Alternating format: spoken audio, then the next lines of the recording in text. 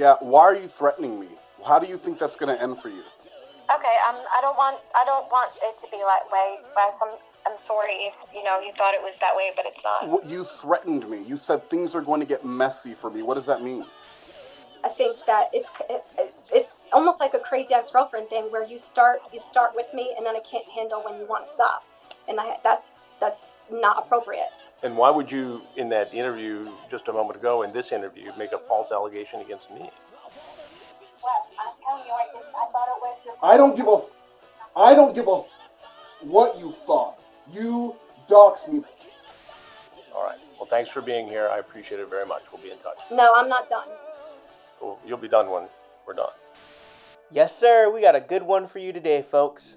If you can't tell, I am very excited about the person we will be discussing today. This video has been on my list to make for a very long time, but I knew it would take a while to make because I wanted to get everything right, and there is a lot to get right. Now that the summer has come and gone, it's the perfect time to really delve deep into a very dangerous and unhinged person. A locale I was lucky enough to witness in real time, and a locale that was stupid enough to have a seat with Chris Hansen. If you know who Jordan Comedy, Queen of Spade, Lauren Armstrong, or who Katie Joy is, then you'll feel right at home as you watch this person come up with lies both big and small, be extremely creepy and horny everywhere she goes, cry, like a ton of crying, and play the victim when called out for her terrible behavior. This will be very long, as you can already tell, and if that isn't your cup of tea, then I recommend this video created by Chris Hansen and Moast, where they discuss both Coco Berthman and Jessi, two fake victims who tried to use their status for personal gain. And if you want something even shorter, then you can watch CyberSqueaks' video on Jessi. I think they did a great job summarizing Jessi in such a short amount of time,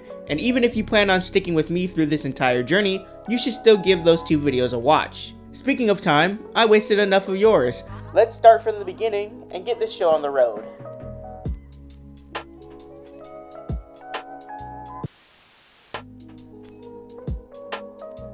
Our setting for this season takes place in the year 2021. We find ourselves in the anti-KJ community, KJ standing for Katie Joy being the person behind the channel without a crystal ball. I don't know anything about her, but she seems to have garnered enough infamy to have a community dedicated to criticizing her actions. In this community, we find Jessi, a 27-year-old female who has very distinct bright red hair, and fancy herself as a comedian and musician, using her talents to make content about Katie Joy under the username JessiMusic on Instagram and JKJ Declassified on YouTube. So going forward, if you hear someone mention J or a person named J, that is Jessi. Jessi would make parodies, skits, and videos about Katie Joy, as well as other individuals. Here's an example.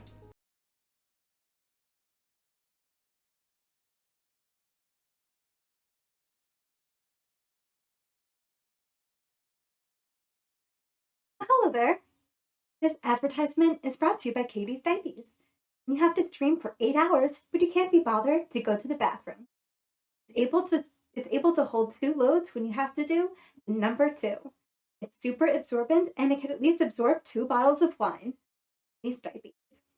Also, try my ass wipes, which are really just, my cease and desist and Kyle's jail bail receipt. Buy one today. Katie's Diapies.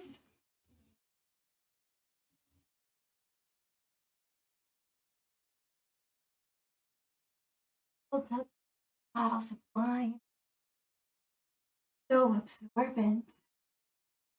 Despite the questionable content, she had a fine amount of subscribers for what she was putting out, and was even a channel moderator for AZ, or Teaspiracy, a larger live streamer covering true crime topics like the Gabby Petito case. Jessi wasn't localized to YouTube either. She had her Instagram where she live streamed, and she was very active on her Reddit, as she not only visited both the Without a Crystal Ball and Eugenia Cooney subreddits, but would visit subs like DoorDash or Instacart since she had on and off experience working for them. Some of the things she say were pretty crazy.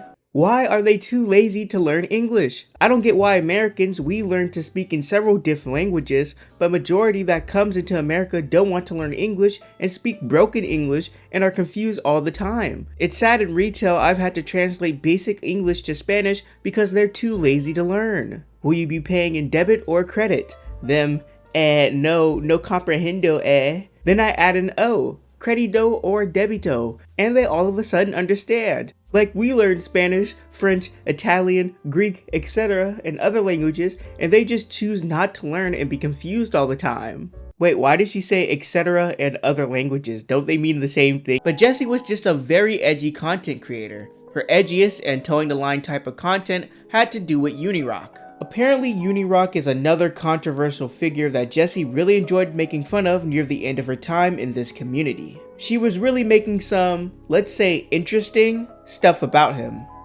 I made you a bait for dinner. Mom, I'm busy, Mom. Okay. I'm just gonna end the stream. My mom made me dinner. Okay. Bye. That is that. Oh, okay. Oh, okay. Oh, okay. Oh, fucking Steve McRae. That is disgusting. Like, that is disgusting. Apparently one time Jessi took a photo of her sticking her hand down her underwear and it said Unirock on her crotch, which is... What's the joke? People would call this sexual harassment, and yeah, I can definitely see that, so they started to call it out. As for more JKJ Declassified content, not a lot of it was saved because nobody really cared about Jessi. People knew about her, but nobody really liked her. The only piece of content I found from around this time that wasn't taken from another live stream or someone else's video was this boring, uninteresting live stream with Jessi and Steve McRae. God, I have to talk about Steve McRae now, don't I? So Steve is an interesting person because he gets brought up enough for me to have to explain who he is, but I also feel like he shouldn't be this important to the story at all. Hopefully you'll understand what I mean as we move forward. Steve McRae is a YouTube live streamer who does his own thing, something called the Great Debate Community, so I assume that he hosts and facilitates debates. I don't know, it's not that important. But around this time, he too was discussing Katie Joy. In fact, he ended up suing Katie Joy for some reason. You know that really unfunny skit that Jessi made that I showed you a couple minutes ago? Wait, you want to see that super unfunny skit again? This advertisement is brought to you by Katie's Diapies. Yeah, the script for that skit was apparently written by Steve. The reason why I brought him up is because Jessi brings him up. A lot. They both kinda bonded over their distaste towards Unirock. Jessi making parody videos about him, and Steve McRae having his own spat with him on Twitter back and forth. For example, we could look at this tweet, leaked from Steve's sex cult, evidence that KJ Declassified is sexually harassing Unirock. Come on Unirock, you have to make 1,000 videos, 8 to 12 hour long, now expressing your feigned moral outrage. Don't be scared of her, you coward. Get that vape juice money, you LARPing loser. And the picture attached was that picture of Jessi in her undies with Unirock's name over it. And Jessi adds on to the tweet, come on, you diaper-wearing, mommy living with incel. Now, to be fair, it seems like the sex cult stuff are just jokes. I mean, just take a look at this tweet, or this one, and as you can tell by this tweet, her and Steve are just friends. Well, there were those videos of Jessi moaning Steve's name while in the shower. There's also that time where Jessi photoshopped a picture of her face over Steve's girlfriend. Interesting to say the least. Now you might be asking yourself, why did you just tell me about that? Well, it'll make a lot more sense later on, but Jessi is a very sexual person. We're gonna see bits and pieces of it, and it's going to ramp up over time, but for now, all of that sexual energy seemed to be directed towards Steve McRae and her Discord. Oh yeah, Jessi also had a Discord. A Discord she advertised her nudes in, while also jokingly saying that this Discord was a sex cult. This Discord will be important later, so remember it. I'm gonna play a few clips from the live stream so you can get a feel of Steve and Jessi's dynamic. But do remember who Steve McRae is because he will come up more times in our story. Not a lot going on today as far as viewers, which is understandable. Like I said, it's really early in the morning, and I do these things for myself. If people want to watch later on, they can. Plus, you know, I get to spend a little time with Jessi because, you know, she's cool. She's cool people. You're decent. You're decent. You're muted again, though. Think.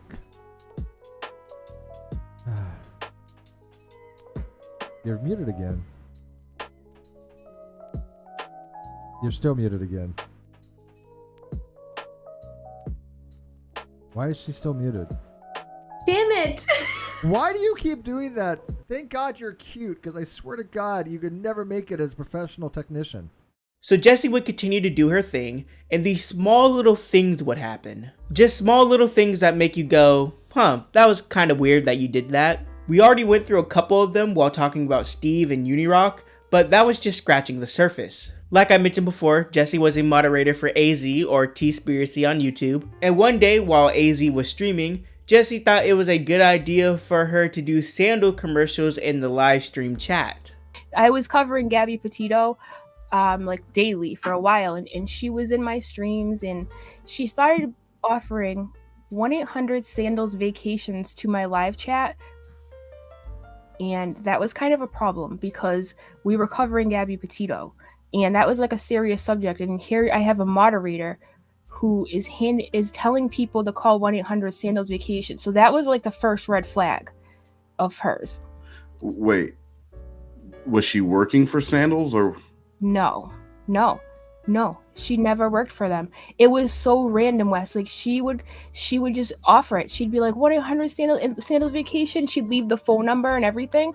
And my other moderators were like, dude, what's up with this girl? Like, why is she doing this? Like in the midst of like you talking about Gabby, it's so random. And at first I didn't believe it because it sounded so crazy. And I had to go back and read my live chat, and she was doing that, right? I kind of sensed the progression of like a girl that I thought was normal, and these little things started to happen with Steve McRae, and like she was cropping pictures of him and his girlfriend and putting her face on it. So between that and the 1-800-SANDALS thing, that was like the first couple red flags, and then more just unfolded. Everyone at this point was used to Jessi doing dumb stuff like this, so they all just ignored her. But sadly, it did get worse. As we all know, locals can't really stay calm for long periods of time. The small little weird things start to pile up, and it all culminates into this one big event that really puts the locale on the map. That is where we currently are, and I'm honestly surprised that it's this bad so soon into our show. But as you'll see, this is pretty much the norm for Jessi. In fact, there's a lot of things that Jessi will do in this moment that she'll go on to do over and over again, so I'll make sure to compare and contrast when the time comes. Enough talk, let's get to Jessi's Nexus event. It's September 11th, 2021. Earlier in the day, a community member by the name of Kim S would post on her Instagram announcing the passing of her husband. Her husband sadly passed a day earlier due to COVID. Later on that day, AZ fires up an Instagram live stream discussing the troubling news. Sorry about last night. I went to take a nap and I fell asleep till 2 a.m. And I woke up today and I hopped in because I know that Stacy and Kim were asking me about a copyright thing. So I called Stacy and Kim, and I didn't even know about Kim's husband, and I feel so bad. I'm so angry, you guys. Everybody, just send your good energy to Kim, please. Her and her husband got COVID, and unfortunately he didn't make it. She shared it on her Instagram earlier today. I just saw it when I popped on here. You know, she's got young children. It's so fucked up. AZ, being very passionate about her close friend, starts saying that everyone should get vaccinated because good people are dying. They were both vaccinated. He was vaccinated. Yeah. What the fuck? All because some selfish, and I don't care if you're out there and you're one of these people, I am entitled to my fucking opinion, and if you don't like it, oh well, okay? Because you're gonna hear it anyways. You know me, alright? If you are one of these selfish fucking people who are like, I'm not getting vaccinated, I'm healthy, I'm this, I'm that. Yeah, what about the people you fucking give it to that don't make it? Because this is the internet, people started to debate with AZ in the chat about her pro-vax stance. There is nothing any of you anti-vaxxers can say that will sway my opinion. Just like how there's nothing that I can say will sway your opinion. It doesn't last long. In fact, they change subjects later on. Let's stop talking about vaccines because I'm getting like hot and bothered, and I really don't want to argue with people because let's face it, right? We all feel how we feel. There's nothing that's gonna change that, right? But Jessi happened to catch the discussion and had to put her 2 cents in. After that live stream, Jessi would end up posting this on Instagram, a meme she drew of a person in the hospital being told that their declining health could have been prevented if they were vaccinated. The person replies by saying that they were vaccinated, which is why he believed he couldn't get COVID, and it ends with the patient dying. Regardless of your opinion on vaccines, this was in very poor taste considering the fact that the stream in question was mostly about Kim's husband passing. Rightfully, Jessi was criticized for this, and she took it down. Alright, simple enough. Skip to a month and a half later, late October around Halloween. Jessi was still a mod for AZ's channel, and one day during a live stream, Jessi started attacking people in the chat. AZ obviously couldn't stand for this because now she's attacking other community members, so she took away Jessi's mod status. Jessi was fine with it, until she wasn't fine with it. So the next thing that happened after that was a girl that everyone in our community is familiar with. Her name is Caroline Ironwill, and you know, for some reason Jessi, I later found out Jessi didn't like her because she would never heart her comments. This is real life. This is a grown woman complaining that, you know, she doesn't like this other creator because she won't heart her comments. Okay, flip a desk. Like, who does that? Why would you get mad over that? All right. So she was my moderator. She had already been offering the 1-800 Sandals vacations, which had nothing to do with anything. And then she was becoming rude to people who wouldn't heart her comments. Okay.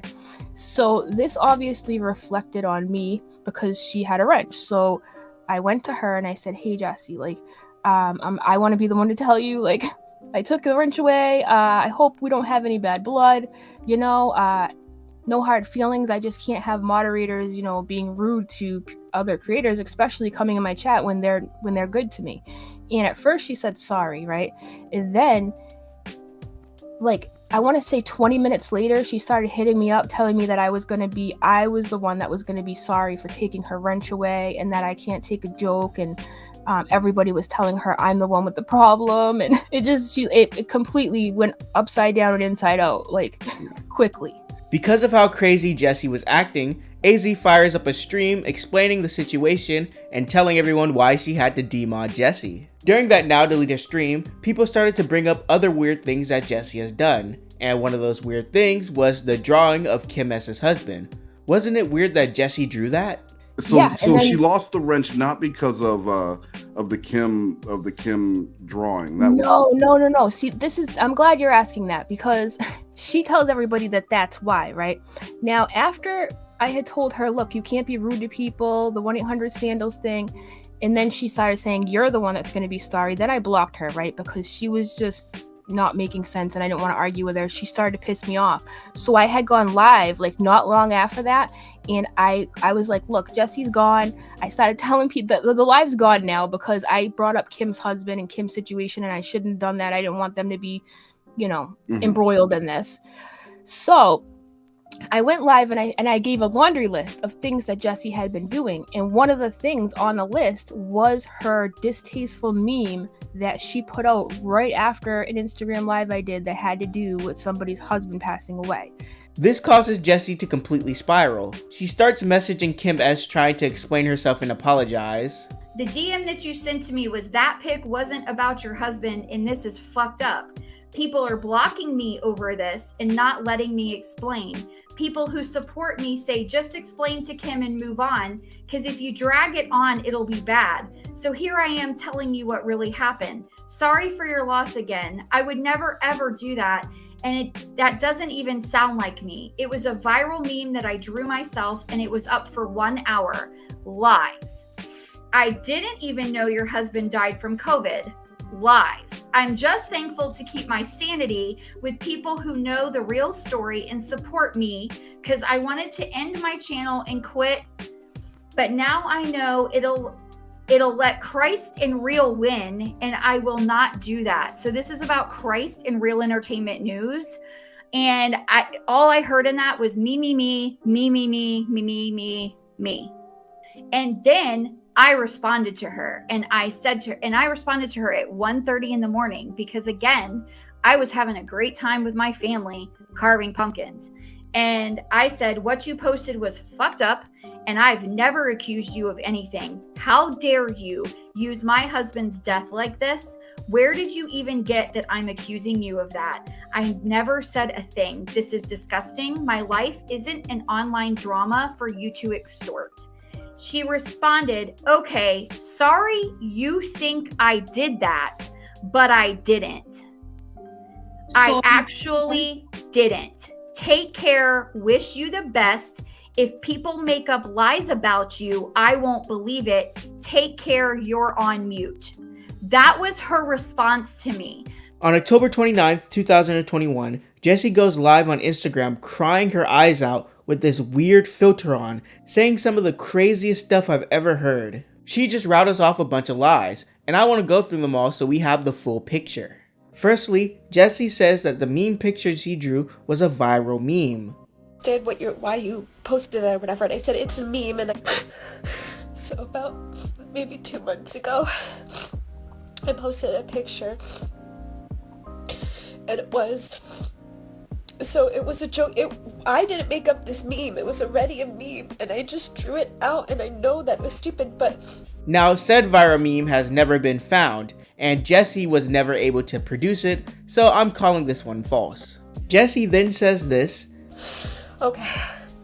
So, Kim S., her husband died, and now she and other people are accusing me of saying that it was her husband that I drew.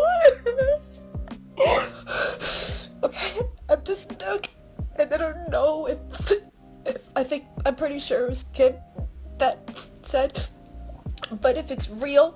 And there's a lie here. Kim didn't accuse her of anything. She, for the most part, stayed quiet. Back in September, other people criticized Jessi to the point where she took down the meme, but not Kim. Kim was obviously dealing with a bunch of stuff, so she was offline for a bit. When she did come back online, she even interacted with Jessi a few times, and none of this came up. Jessi never apologized to her, but everything was fine, almost like a silent agreement between the two of them that Jessi did something really stupid that she shouldn't have done.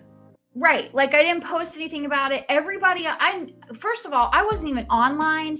Everybody else was doing that for me. I was busy at that time. Like, unfortunately, when something like that happens to you, I've got a million family members in my house and funeral arrangements to make. And just life is happening. And I wasn't online. I didn't give a shit about YouTube and Instagram. So that all happened, and she took it down. And I was like, okay, she took it down. Cool. Someone said, hey, this is in poor taste. Can you take it down? Kim's husband passed away, and people are correlating it or whatever. No one ever said anything. She never came to me and was like, hey, sorry, I took it down. There was never a word said about it. It just went away and everything was fine. The next lie is this one.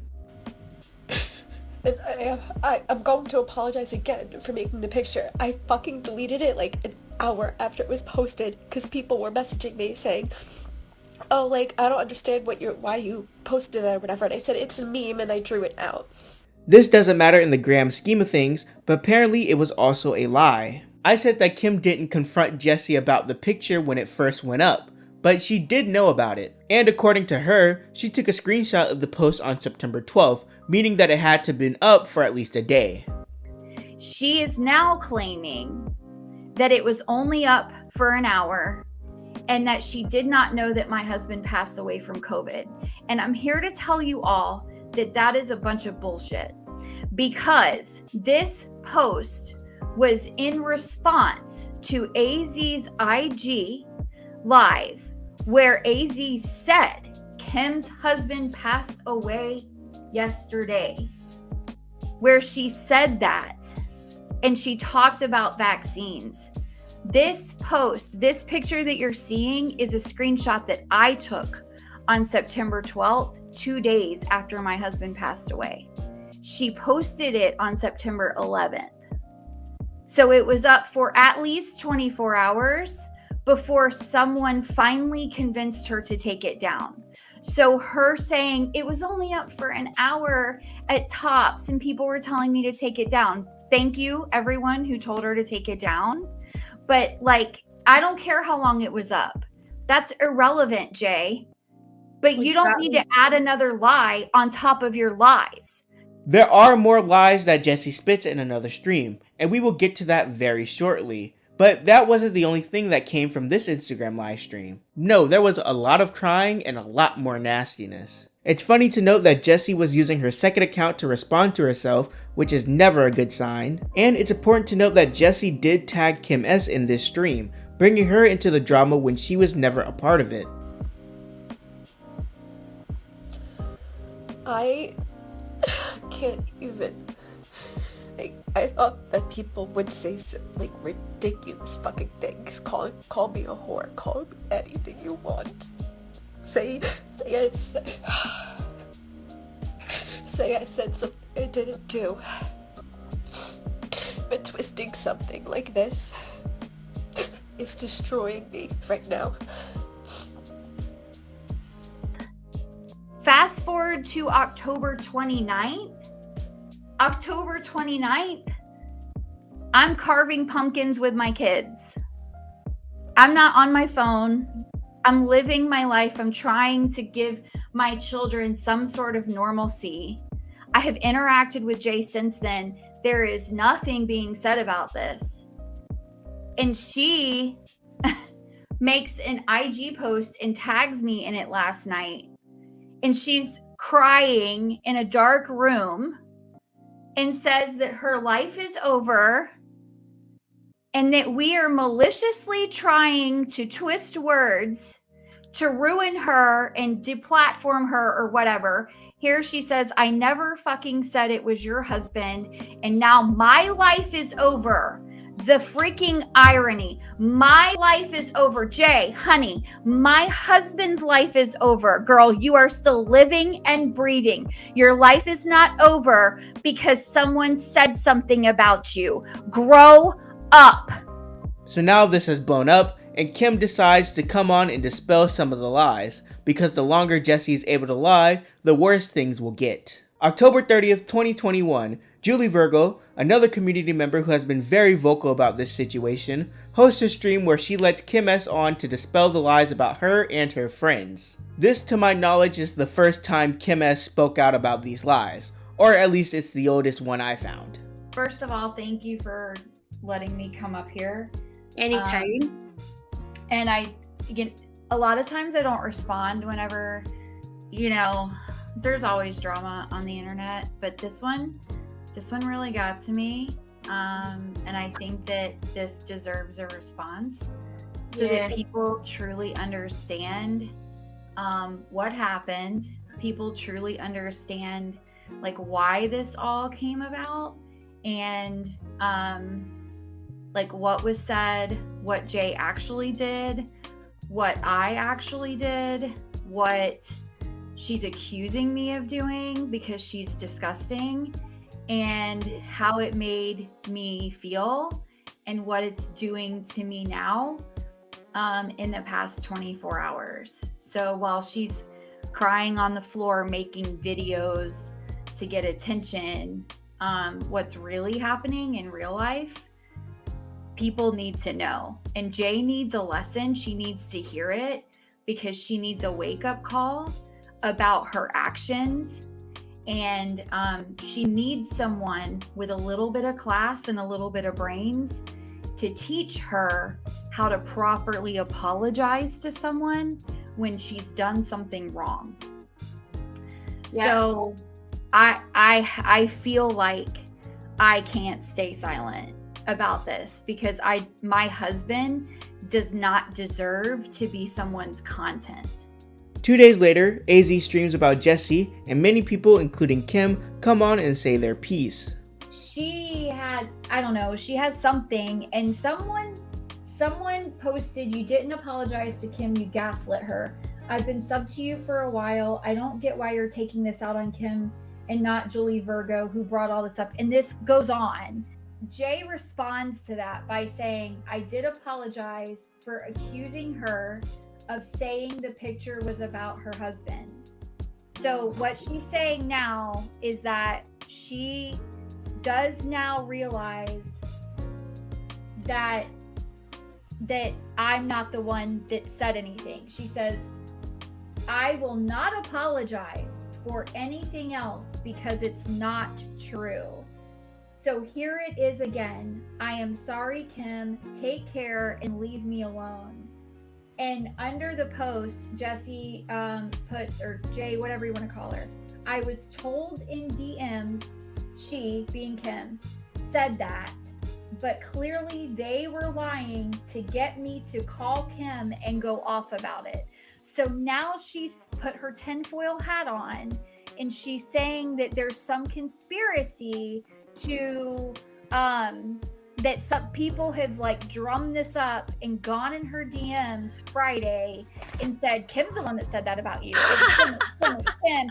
That's why you should go after Kim. So she's now, my God. It's like the one-armed man did it, right? So now she's saying that someone told her in DMs it was me. I am collecting evidence. Because I believe this is a setup.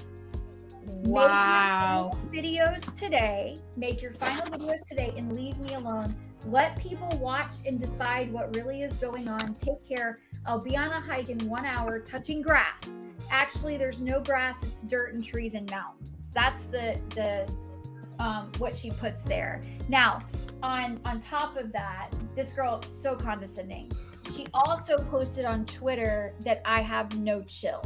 Locals can't just run away, so Jessi decides to do another stream around November 6th, but the mood and tone of this stream is completely different than the last one. She's also saying some much crazier stuff.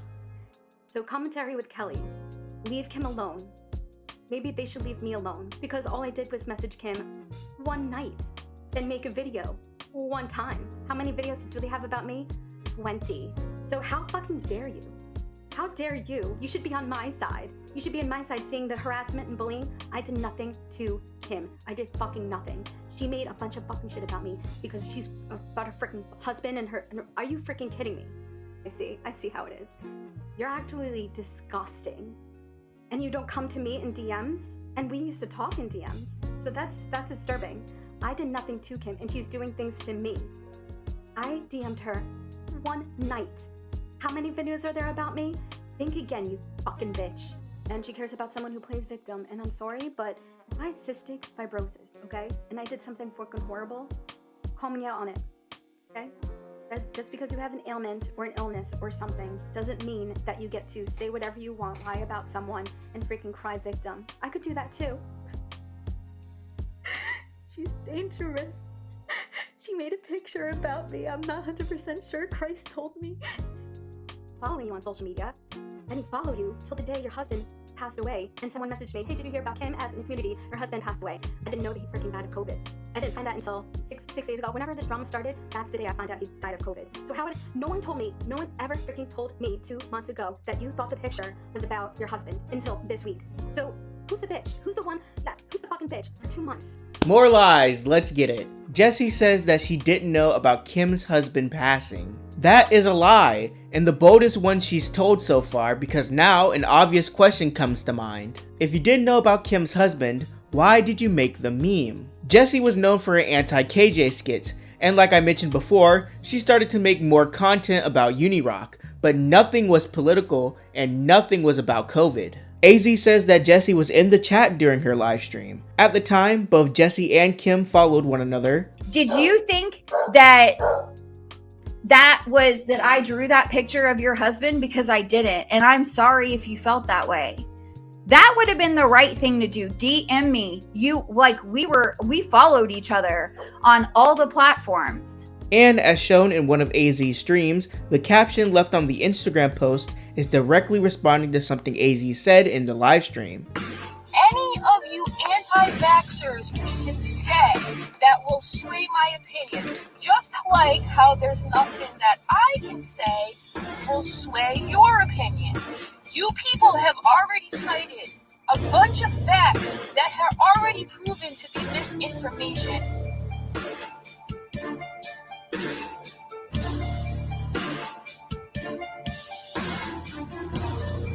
So things don't really add up. After being called out, Jessi continuously doubled down, and the best way I can demonstrate this is by showing you a collection of tweets and posts from around this time. First, we have Jessi saying that it is considered harassment to make videos about her. A few days later, when things hit the fan, we have Jessi falsely reporting people on Instagram and saying that she will call the police for cyber harassment. We have Jessi being told to go to hell and her thinking that it was an actual death threat. Here's Jessi saying that people are making slanderous videos on her for views and money. Here's Jessi calling Recaps of Bobby a troll. Recaps with Bobby is a robot cat who does commentary on Katie Joy, and you know things are bad when I'm trusting a robot cat over you.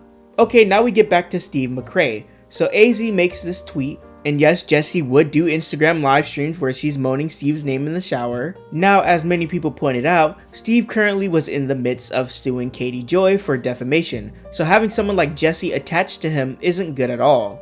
On the same day, Steve takes a harder stance, saying that he isn't responsible for anyone's actions, which is true. Julie rightfully points out that Jessi is the one that keeps bringing his name up, as she cries about Steve blocking her, to then speak all about the sexual things that she wants to do to him, making Steve look like he's trying to have his cake and eat it too. Steve doubles down and says that he did tell Jay to stop speaking to him.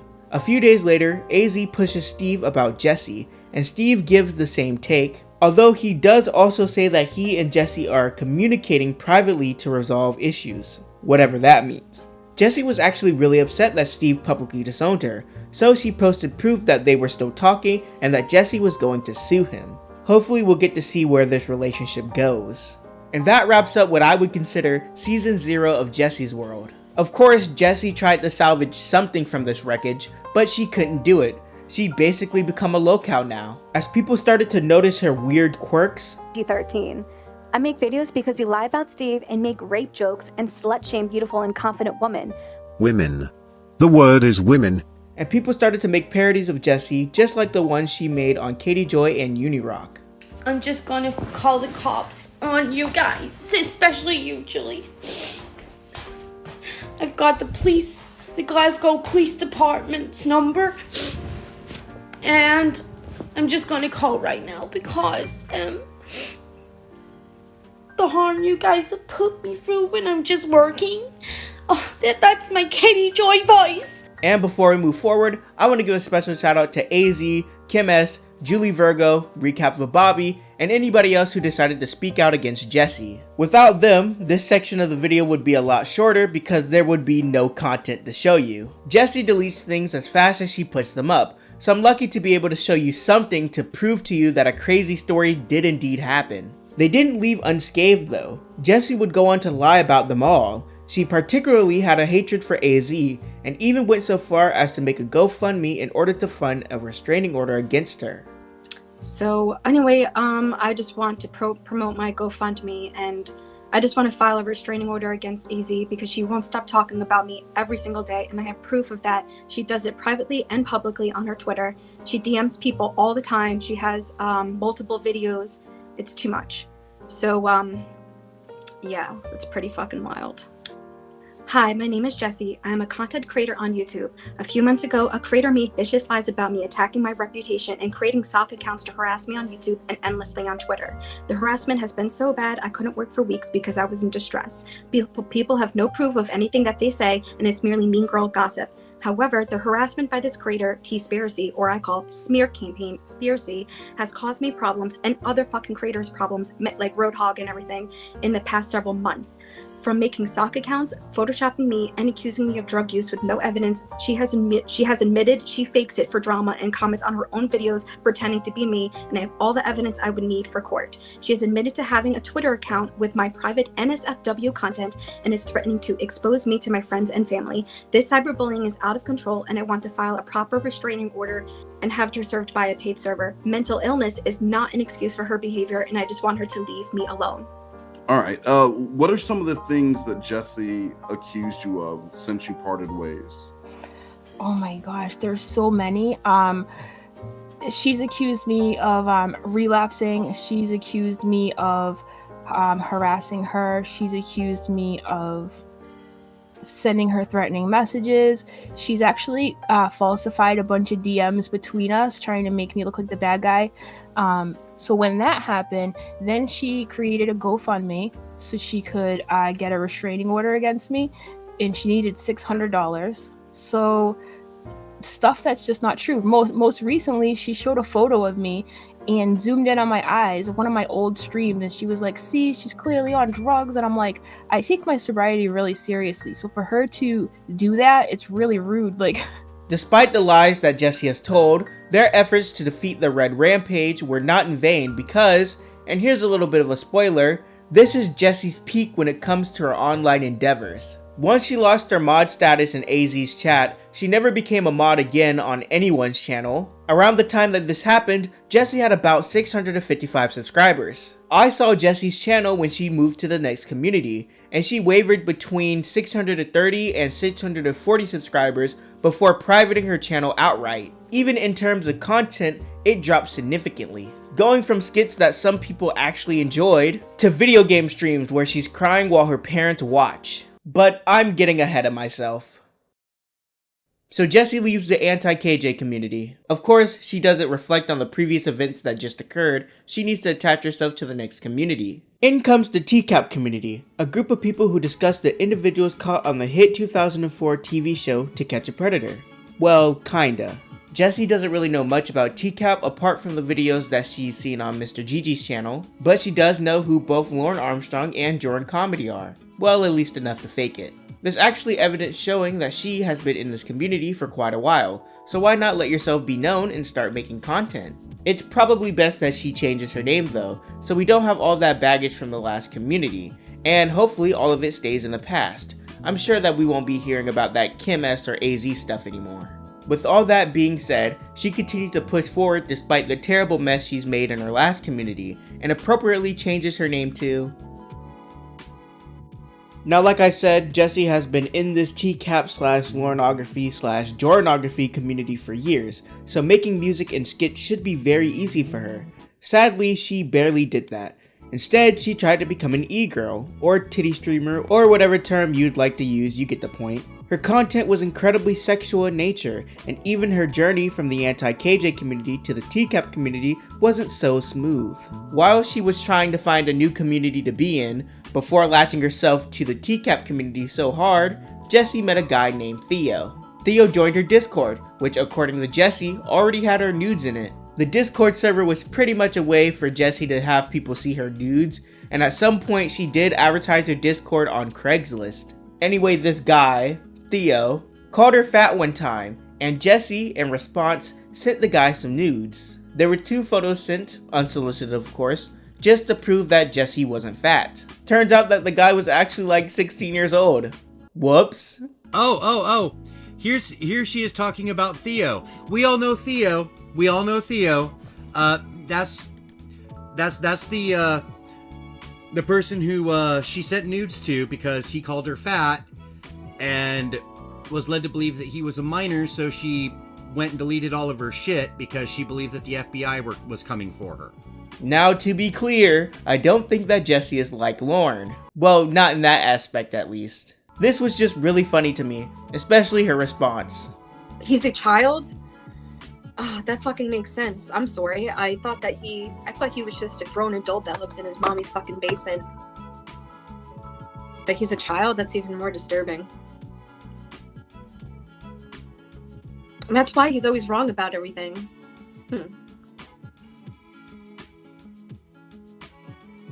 Ew. That's disturbing. Well, he shouldn't be talking to adults. He should be in school doing something with his life. They're just fucking crazy. They do this all the time. Like, they're fucking trolls. Like, they say I'm fat, and then I said there's news of me out there, and you can see that I'm not fucking fat. So it's like, if he is, then there's no reason to talk to him, and he's been stalking people since 16, 15, 14, since he was 13, 14.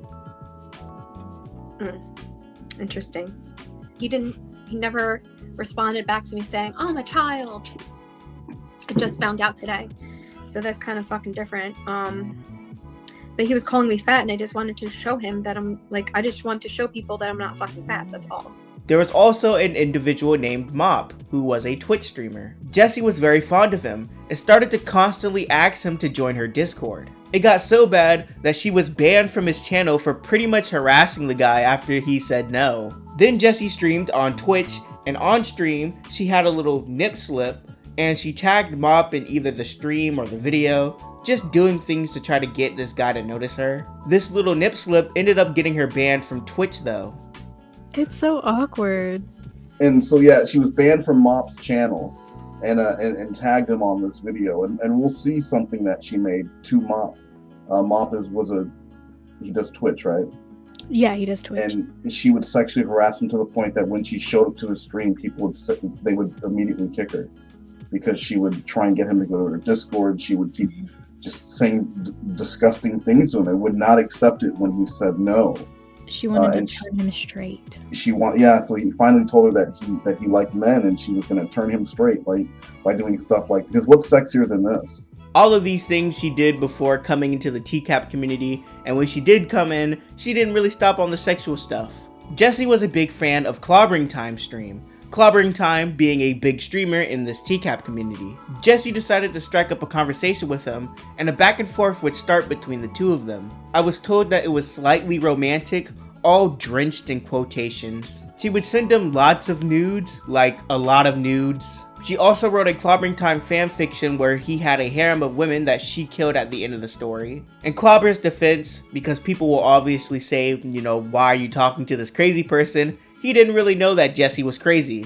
Once he figured out that Jessi was bonkers, he was like, hey Jessi, I'm in a relationship now, so could you stop sending me nudes? She sent one more nude picture, which was unsolicited.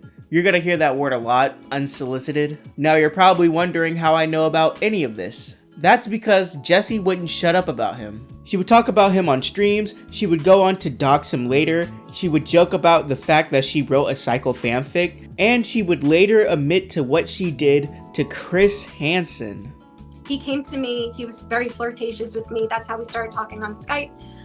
We were doing sexting. She actually came to him very sexually, the same way she did to me. And she told me she's a grown woman, and they he flirted back. And they had like a little flirtatious thing going on that she later used information she got from him to dox him and to try and frame nuggies for the dox. And she will try and threaten, she was trying to threaten him to release screenshots of their conversation that they were having as two consenting adults because he didn't want anything to do with her anymore when he figured out how fucking crazy she is. Stuff like that. I would send him videos.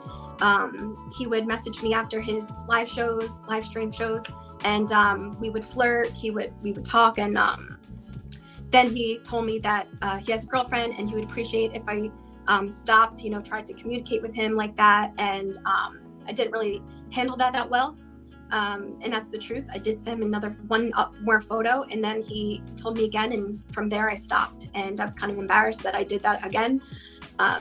Now that Clobber is off the table, Jessi needs a new person to obsess over. One day, around the end of March, Clobbering Time held a bingo stream with Moast, Moast being a large content creator who has a particularly good eye for locales. At the end of this bingo stream, somebody asked, hey, what do you get if you lose? Wes, in response, said that the losers can slide into his DMs, obviously as a joke. Jessi, being an idiot and also being desperate to find someone to obsess over, took that invitation to actually slide into his DMs. And after looking pretty much everywhere to try to contact him, she found his Facebook information and sent him a message on April Fool's Day. Shouldn't have said this, and I have apologized, but I was live, not thinking that people actually watched me. Like, I used to name my live stream 0 viewers, like you did. But he said that he is talking to someone else, and and that they're his girlfriend now, and that he can't talk to me anymore. So from there, I kind of did jump to Wes. So that's why they're like, you're ping pong, and you went from him once he said no, now you're talking to Wes. But I mean, I guess that is the truth. I mean, but I started talking to Wes, and then we started, yeah. So that's kind of why they say I'm a sex pest. Hi, is this the West Moast? Sliding into your DMs like you said last night. I don't have a Twitter and couldn't find an email, but I'm really horny and thought I'd give it a try to see if I could reach ya. Haha, you coming in with the April Fool's jokes at 5 a.m? Yes, this is me. Good morning, smiley face. I think that was a pretty good impression of Wes. Good morning. I'm horny and just wanted to message you to see what's your deal. Are you single? As shown in the message, Wes thought that this was a poor April Fool's prank. After looking around, finding her channel, and realizing that Jessi is a locale, he decided to do what he does best and troll. This would start a very beautiful relationship, where Jessi would ramble about her boring day, and Wes would try to pretend to be interested. Spoiler alert, Jessi is really boring, but the chat log is pretty funny.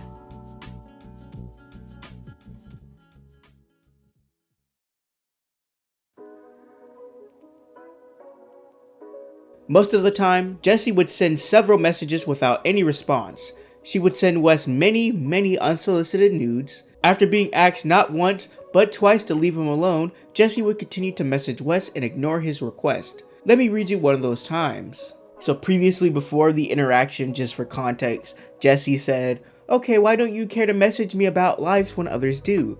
Hey, I'm taking a shower, butterfly." And then just a picture of her in the shower for no reason. And now we come to Tuesday, July 28th. I'm not sure if you're ignoring me or not. Yeah, I'm out. Okay, I'll talk to you when you have time. I didn't mean to text you so much. I wasn't sure if you were intentionally avoiding me. I know you're busy, but it would be nice to know if you were doing a stream. I'm sorry for being annoying. I know you're just busy. I did a live stream about an hour ago and it's not on YouTube. And StreamYard doesn't save because there isn't any storage and I don't know what's going on, not even rendering in studio. Asking people if they know why because I've never had this happen before and I know you don't use StreamYard, but what's going on? Why would you ask if you... It feels like we have the same conversation over and over again. You question me about my time, question if I am mad at you, delete messages, etc. It's crazy because you know I have a girlfriend, and we both know there is a full-ass roster of guys you are talking to, and not once have I questioned you or admonished you about your time and our priorities. I do not give a shit what you do or who you do it with, and you should feel the same way about me. I will never again waste my precious time or energy being questioned by anyone about why I managed to squeeze in time for myself. I dealt with that forever for my ex. After years and years of being selfless with my time and being miserable for it, I'm going to be selfish with my time. I'm making myself and my kids' happiness a priority, and anyone around me is going to understand that. I don't think you do. If you did, we wouldn't be having the same conversation every few weeks. I hope you find what you're looking for in life, but I promise you it won't be around me. Pretty precise like F you message, like please stop talking to me. Let's see how Jessi responds. I'm sorry, I won't do it again. I understand completely. I'll give you some space and we could talk in the future. I'm sorry. Your video was great, by the way.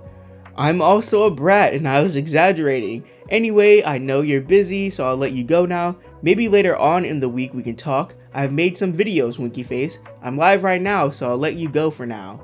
And then about 30 minutes later, I appreciate any time that we do get to talk. I'll give you some space since I know you're busy. I'll message you in a week or something, smiley face, double heart. Take care for now.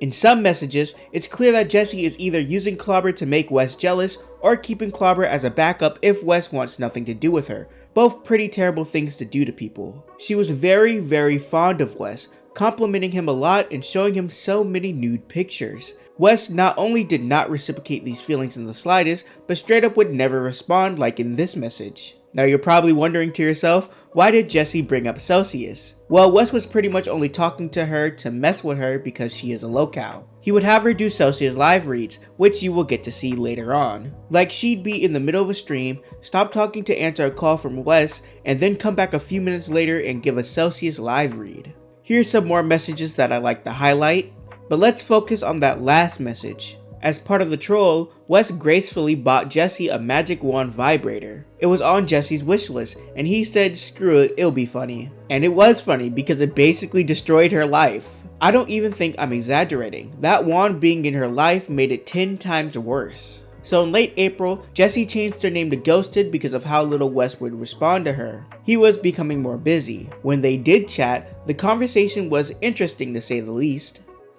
What? Like he's not biting at anything Jessi is throwing out.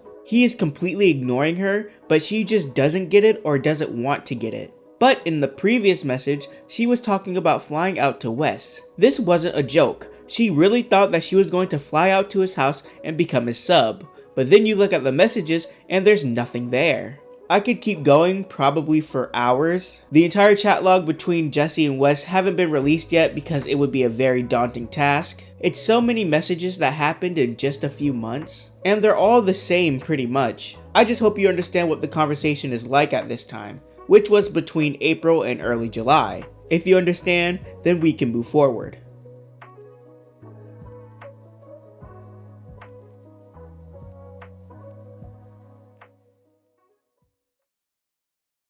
As demonstrated, Jessi is a very sexual person, which is fine, obviously, but it's not fine to make it other people's problems, put others in uncomfortable positions, or just ignore people's boundaries straight up. This behavior didn't end with Wes though. Remember, she had her own channel where she would do her sexy streams and whatnot, which is fine because it's her channel, but she would also send horny messages in the live chats of Lauren's streams she was watching, which is not fine.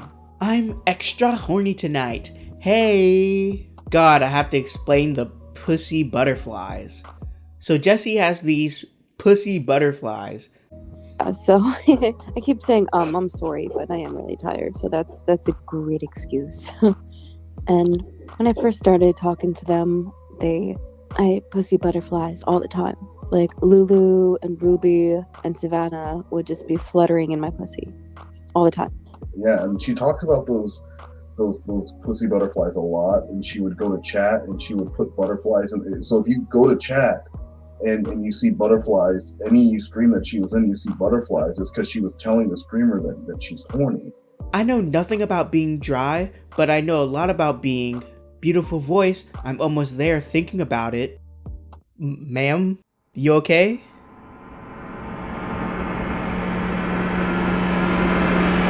Yes? I was joking, but I guess you don't understand that, but all groovy. I'm glad you are okay and not having a mental breakdown. I was worried, girl, haha. Yeah, so it's really weird and creepy when we're all talking about a predator, and then someone comes in the chat and says that they're extra horny tonight. Huh, Jessi doing dumb stuff in live stream chats? I wonder where I heard that from before. I was covering Gabby Petito like daily for a while, and she was in my streams, and she started offering 1-800-Sandals vacations to my live chat. People started to complain about Jessi's behavior, and Wes was still in contact with Jessi, so he passed on the message. Hey Jessi, I'm getting complaints from people in the community that you are making them uncomfortable with sexual talk during streams. Jorn and Euro were outed for doing the same thing. They have been scared to say anything to you because they know you know Clobber and myself, but I would not be doing the right thing if I didn't pass this along to you. I know that every survivor handles their recovery differently, but for some in the Jorn/Lauren/TCaP community, they don't want to see sexuality in the chats where predators/abusers are being discussed. She didn't like that too much. The next day, Jessi would go on this huge apology tour. She would just make tons of apology videos and streams, only to then delete them afterwards. And like, what's the point of apologizing if you're gonna delete it? I would like to apologize to the community for my inexcusable actions. I made people uncomfortable and said things I should have never said. I should have never mentioned someone's name without their consent in a story that could have been misconstrued. I am sorry and they do not deserve this.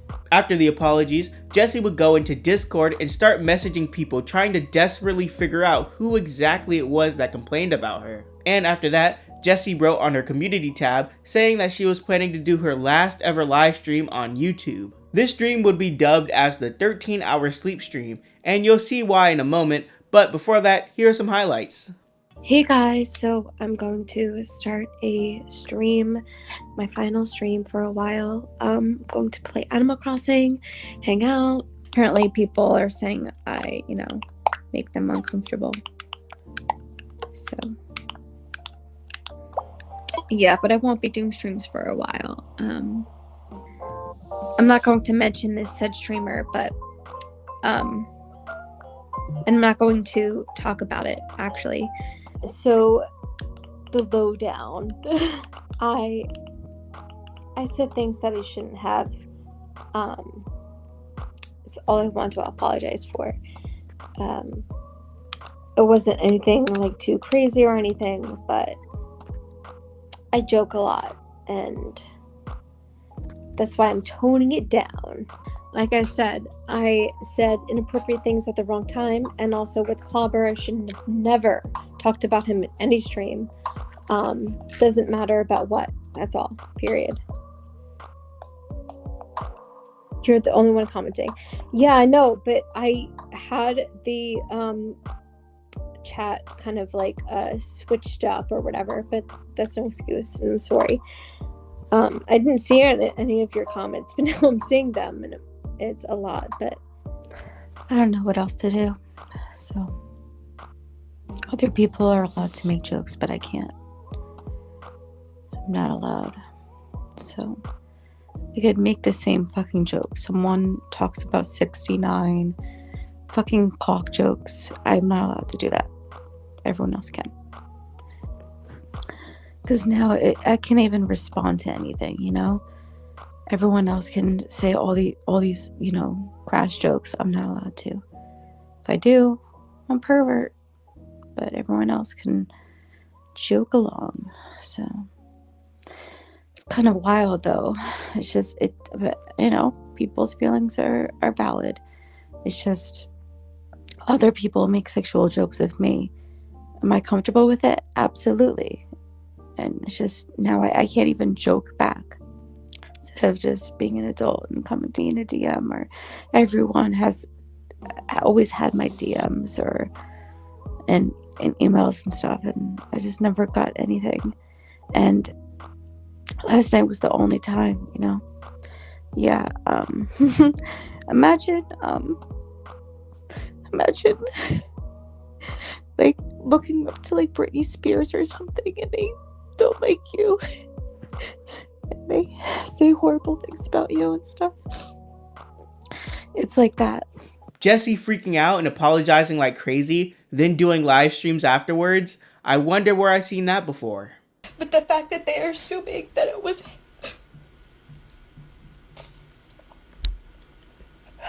You're actually disgusting. So during this stream, which was pretty much a part of her apology tour, but then it turned into her coping stream, during this stream, Jessi fell asleep.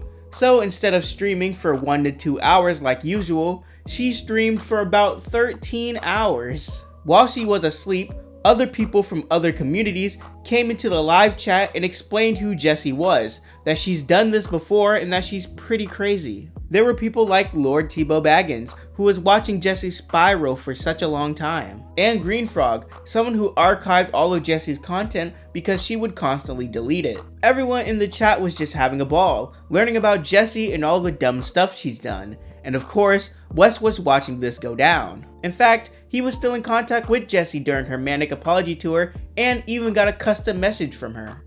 If there's anything else I could do other than apologize, let me know. I feel fucking stupid, and now no one's going to forgive me, and it's gonna be a whole big thing. And I've been in this community for years, and I've always done this. Now people are going to say she's been doing this for years. She's made everyone uncomfortable. I'm sorry. That's all I have to say. I really am. Now that Jessi was finally doing something interesting, Wes decided to go back into troll mode. At this time, he didn't really know how insane or dangerous Jessi was. All he saw was someone who was acting like Jordan Comedy. And then she does this huge apology tour for no reason. So like, why not do a little bit of trolling? Especially when the person you're trolling is really, really dumb. Wes tells Jessi that Chris Hansen, yes, the Chris Hansen, is getting a ton of information from Green Frog and others who were in that live stream chat all about Jessi's terrible behavior, to the point where now Chris wants to make a video about her. With the help of Wes, Jessi must alleviate all of Hansen's doubts, combat the lies that have been spreading throughout the community, and hopefully come out on top by giving multiple interviews that will be sent to him. Like I said, this was all a troll. Hansen wasn't planning on making a video about Jessi, yet. And the only bad thing that she did, at the time, was be too sexual in live chats. But these sets of calls do show a crazy side to Jessi, so let's go through them all and see what we can learn. Alright, we're going to talk about these a bit quicker than I usually would because there are a lot of calls and you don't want to watch a 5-hour video. In total, there were 7 interview calls recorded between Moast and Jessi. All of these were supposed to be edited down and sent to Chris Hansen to show him that all the information that he has on Jessi is just from a bunch of people who want to slander her and that there is no need to make a video exposing her. This is what Jessi thought was happening between July 15th and July 19th. As you could have guessed, none of this was true at all. There was no video yet. In fact, Hansen probably had no idea what was going on. This was all one big troll to mess with Jessi, and she went along with it because she's a locale. Because this was a troll, a lot of goofy stuff went down, from many Celsius live reads. Yeah, Or like hum something, sing something, it doesn't really matter. I'm drinking a Celsius, and if you've never tried a Celsius, I definitely recommend it. It comes in a variety of flavors, including Celsius teas and sodas. The one I'm drinking now is orange. It is full of essential energy, no sugar, no preservatives, and yeah. Tell them Chris Hansen likes it. And Chris Hansen loves it. To Jessi willingly reading her wolf porn. First of all, it's fox porn. We're talking about, so I wrote the stories, Little Red Riding Hood and the Big Bad Werewolf. Yeah, that was that. But yeah, I actually have them right here. Maybe can you read just maybe read a page of it so he can see? Okay. Is it? Yeah, just read a page of it now for me. So I guess just randomly any line. This time he was trying out porn. It was a random afternoon. The time or date doesn't really matter. Big Bad was at Studio 69 in Manhattan for his first official scene. A good amount of this stuff is just seeing what Wes can get Jessi to do. The reason why I'm covering these calls is because they are funny, but there are also a few things that Jessi does that show her unhinged nature. We start off with interview call number 1, which naturally serves as an introduction to Jessi and everything she's about. The live reads and reading of her porn, they happen on this call, the first call, and they'll happen more times in different calls. It's also important to note that Evil Little McNuggets has started to mess with Wes by messing with his stream and hotkeys. Nuggies, as I'll call them going forward, is a co-host on several shows with Wes, one of those shows being Spade in the Shade, a live show where they talk about locale Queen of Spade. This was also a part of the troll. Nuggies wasn't messing with Wes, but you need a good villain for a story, and boy did it work out well. And the other thing that was frustrating me, and I'm sorry, I don't want to rant to you when you're the one dealing with, this traumatic incident, but I let I don't know if you know who Evil Little McNuggies is, but I've been doing a show. she's been messaging me. Oh, well, I've been doing a show with them called Spade in the Shade. That's right. It's a weekly show about Queen of Spade, and I let them set up the hotkeys in my StreamYard. Because they're like, oh, I know all these shortcuts because I've been using this a lot, and in between that and I swear that they fucked with it on purpose because nothing is working right. And then my computer was updating. So do you want to read that one or do you want to come up with your own? What do you? That's what I'm asking because we need to start with that before we get to we can do yours. I do like it. It's just I think some parts need to be. Reads are so relaxing. Damn it. I'm never gonna work with. I'm really considering, and I don't want you to say anything, but I'm really considering replacing Nuggies after this because this is not. I work with Chris on this computer, and Wes also uses this opportunity to ask Jessi some questions regarding some of the claims people have made against her. Well, it was about it was prior to that. This was right after I sent you the message saying people were complaining about you were making them uncomfortable in the chat, and then you went and did an apology, like a 6-minute apology that you later deleted.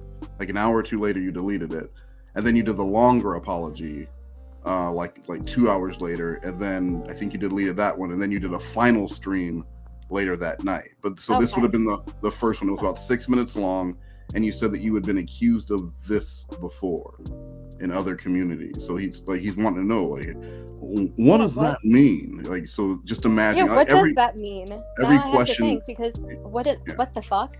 Yeah.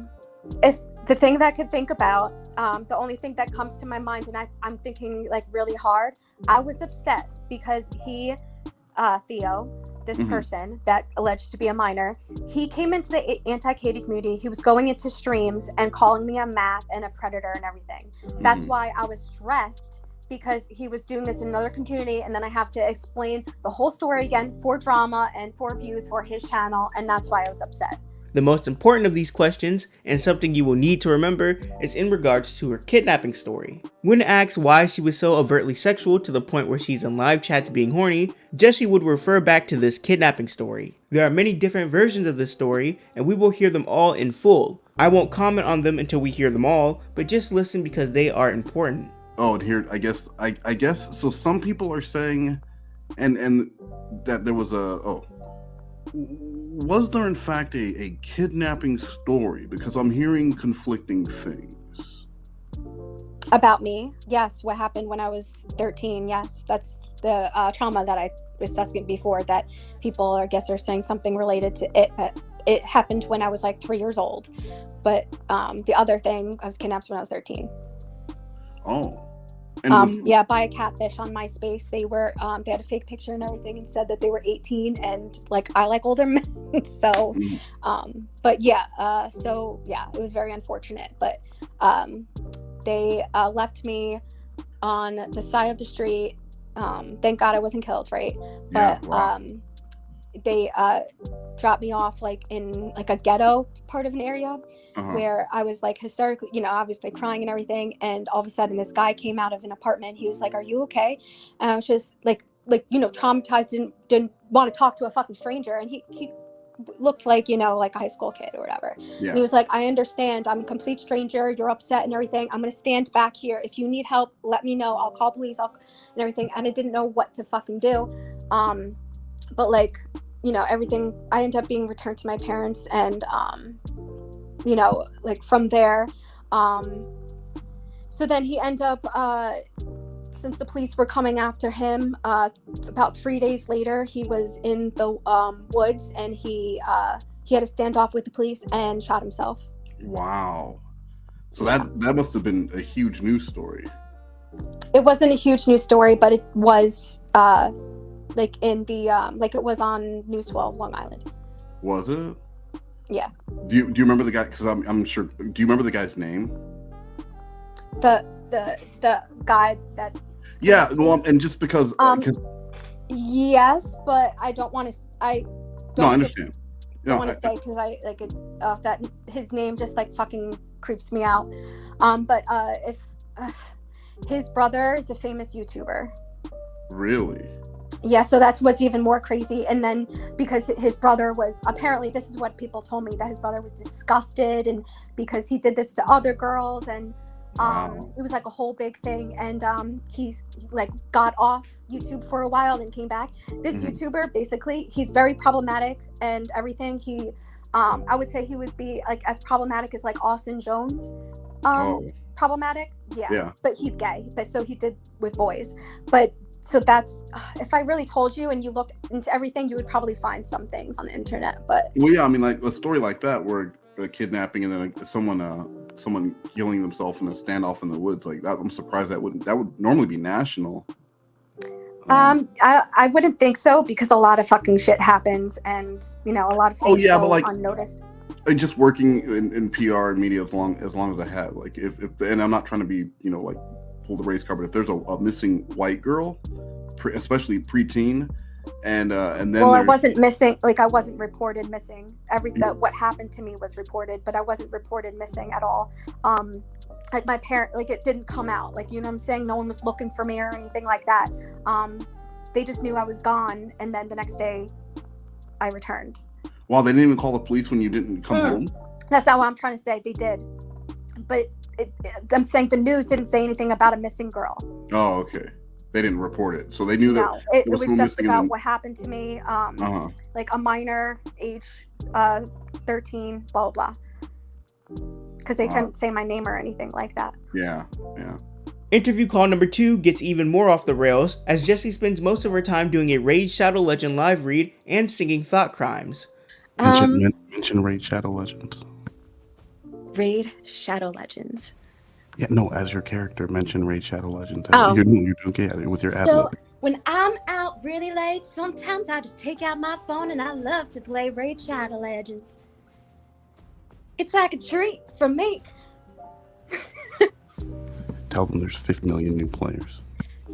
There's what? 50 million new players. There's 50 million new players in this game, and you could be one of them. 3, 2, 1. Thought crimes. Spies are listening.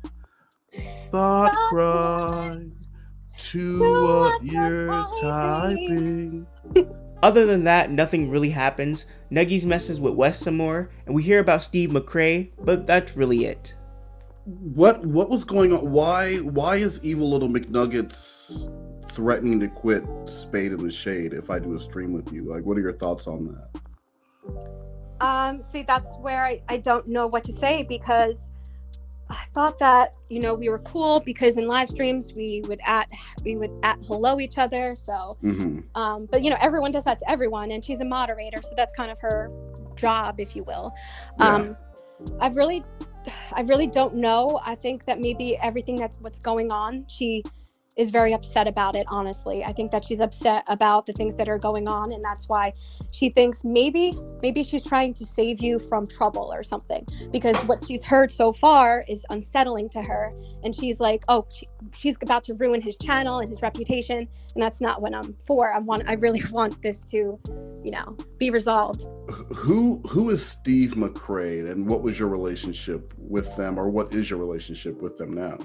So we are friends, and this is who I'm talking about, who was stalked by Theo for 5 years. He made avatars. The movie Avatar? What? Theo was in the movie Avatar? No. He was making avatars, like photoshopping his head and stuff onto objects and stuff. And hold on. What else has Theo been in that I might have seen? Because I've seen Avatar. What else? I didn't know he was an actor. What else has he been in? No, I didn't say that. I'm saying he was photoshopping avatars. He was making pictures. So he worked for the production. Like okay, so he's making nothing with Avatar the movie. Nothing. Forget about Avatar the movie. He was. Well, how can I forget about an Oscar-winning movie? That doesn't even make sense. No. Okay. Let's start over. He was making memes of Steve McRae, and he was calling him a rapist and a medical fraud and a cult leader. Now we go from crazy to stupid. Interview call number 3. Joey of Joey's TCaP channel is a very well-known member in this TCaP/Lauren community. He went to Wes in his DMs and asked him about Jessi maybe possibly being the Gilgo Beach murderer. He was also in on the troll. Jessi, being stupid, believes that you can take someone to court over this as if it were slander, so that's what this call is focused on. They get Joey on the phone and they talk about money and legal stuff. So, as I said, you're spreading misinformation, which is causing me emotional distress. I couldn't work today. I don't know when I'll be able to work because I want these issues resolved. This is all misinformation that's coming out about me. All right, Jessi, before you get all those crocodile tears over your nice silk shirt, let me tell you what's going on here. Okay, I have good sources in Long Island. Okay, I have a doctor, a doctor of computer science. His first name is Vince. And he has a sister who's an attorney. Okay, but that I don't know any Vince or. Right, you don't. Well, no, you probably don't know him. I mean, yeah, but okay, but they're telling you misinformation. Maybe you gave them a wrong name or something. But they're talking about I'm not a Gilgo Beach murder victim, Joey. Well, I didn't say you were a Gilgo Beach murder victim. Well, then what are you saying? Okay, so tell me what exactly they said. Well, hold on, guys. How do we know that she was not a Gilgo Beach murder victim, though? How do we know that? Very few murder victims give interviews. Remember when I said that this was all a troll, but Jessi still does some very questionable things? Well, while trying to negotiate a deal with Joey, Jessi thought that it was a good idea to try to extort him. You've got Joey in front of you right now. He's listening to you pour your heart out. You've told him the fact that I'm sorry to cut you off. I'm really upset right now. The fact that you are spreading misinformation about me without accurate information. I'm coming for your channel. You're not going to have a channel anymore unless you solve this and resolve this issue and make a public apology, because this is not freaking fair. This is misinformation. Did you rape someone? Because I think I may have heard a rumor that you raped someone. So I'm going to go around telling people monetary gain? Is that what you're saying? Sorry, I cut you off. What was that, Jessi, that you said? Jessi, you said that you wanted a public apology, and then I don't have to pay you anything. No, you would have to pay and apologize. What was that rumor that you said you were going to spread about, Joey? Oh, so if you don't do this, since I don't have any freaking proof of this, but since you don't have any proof of what you're saying, I'm going to tell people that you're a rapist and a girl came to me in my DMs and told me that she doesn't want to come out because you have millions of views on your channel and she doesn't want to be public about this. How about that? Because that's exactly what's going on with me. You're spreading misinformation that is we lost Joey. inaccurate. Hey, Jessi, I pulled him out again. You just admitted, we're recording this for court, and you just admitted that you don't have proof. But if he didn't give you money and an apology, you're gonna tell that's extortion. It's a felony. Like, why? Funny thing is that she would claim that Wes told her to say that or blame it on the fact that it was a troll, so it doesn't mean anything. But this is actually something Jessi does, like a tool she can use when she's backed into a corner. I just think it's absolutely ridiculous that people are lying about me and not coming to me about that. Do you know what? I could do the same thing. Easy as on heroin for a fucking fact. She's on heroin. She does fucking heroin. She does heroin. She does pills. She is a horrible mom. How about that? I can lie about her too. Since she could lie about me, I'll do the same fucking thing. Let's do it. Interview call number 4. This time we got both Nuggies and CyberSqueak on the phone. CyberSqueak is a regular in the community and also in on the troll. This was set up in a previous call, but CyberSqueak accused Jessi of plagiarizing her wolf porn. So now they were brought on to issue an apology. Nuggies is there too to apologize for being Hitler. But in an epic twist, Nuggies doesn't apologize and bashes Jessi for all the dumb stuff she's done. It's pretty great. Hey, Save everybody. the stories for Jeroen, okay? Okay. Hey, everybody. This is a rare, serious work for me. I'm going to read what I wrote because that's the best way for me to organize my thoughts and really say what I mean. Please bear with me. I owe Jessi an apology. A very big one.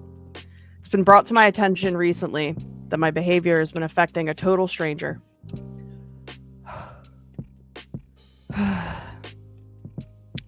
I apologize for the accusations I have made. I believe the information I received was faulty, but I went ahead and believed it without looking further into it. What a stupid thing to do. Then when I heard your stories, I again believed faulty information. And honestly, I felt a twinge of jealousy. Yeah, why is that? Nugs, let me give you team viewer access. Can you play this?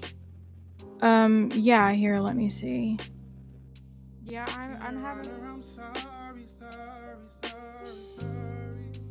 To my mother, I'm sorry.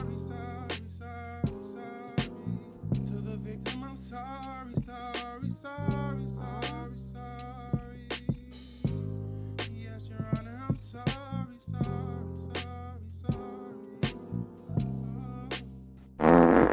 I just farted.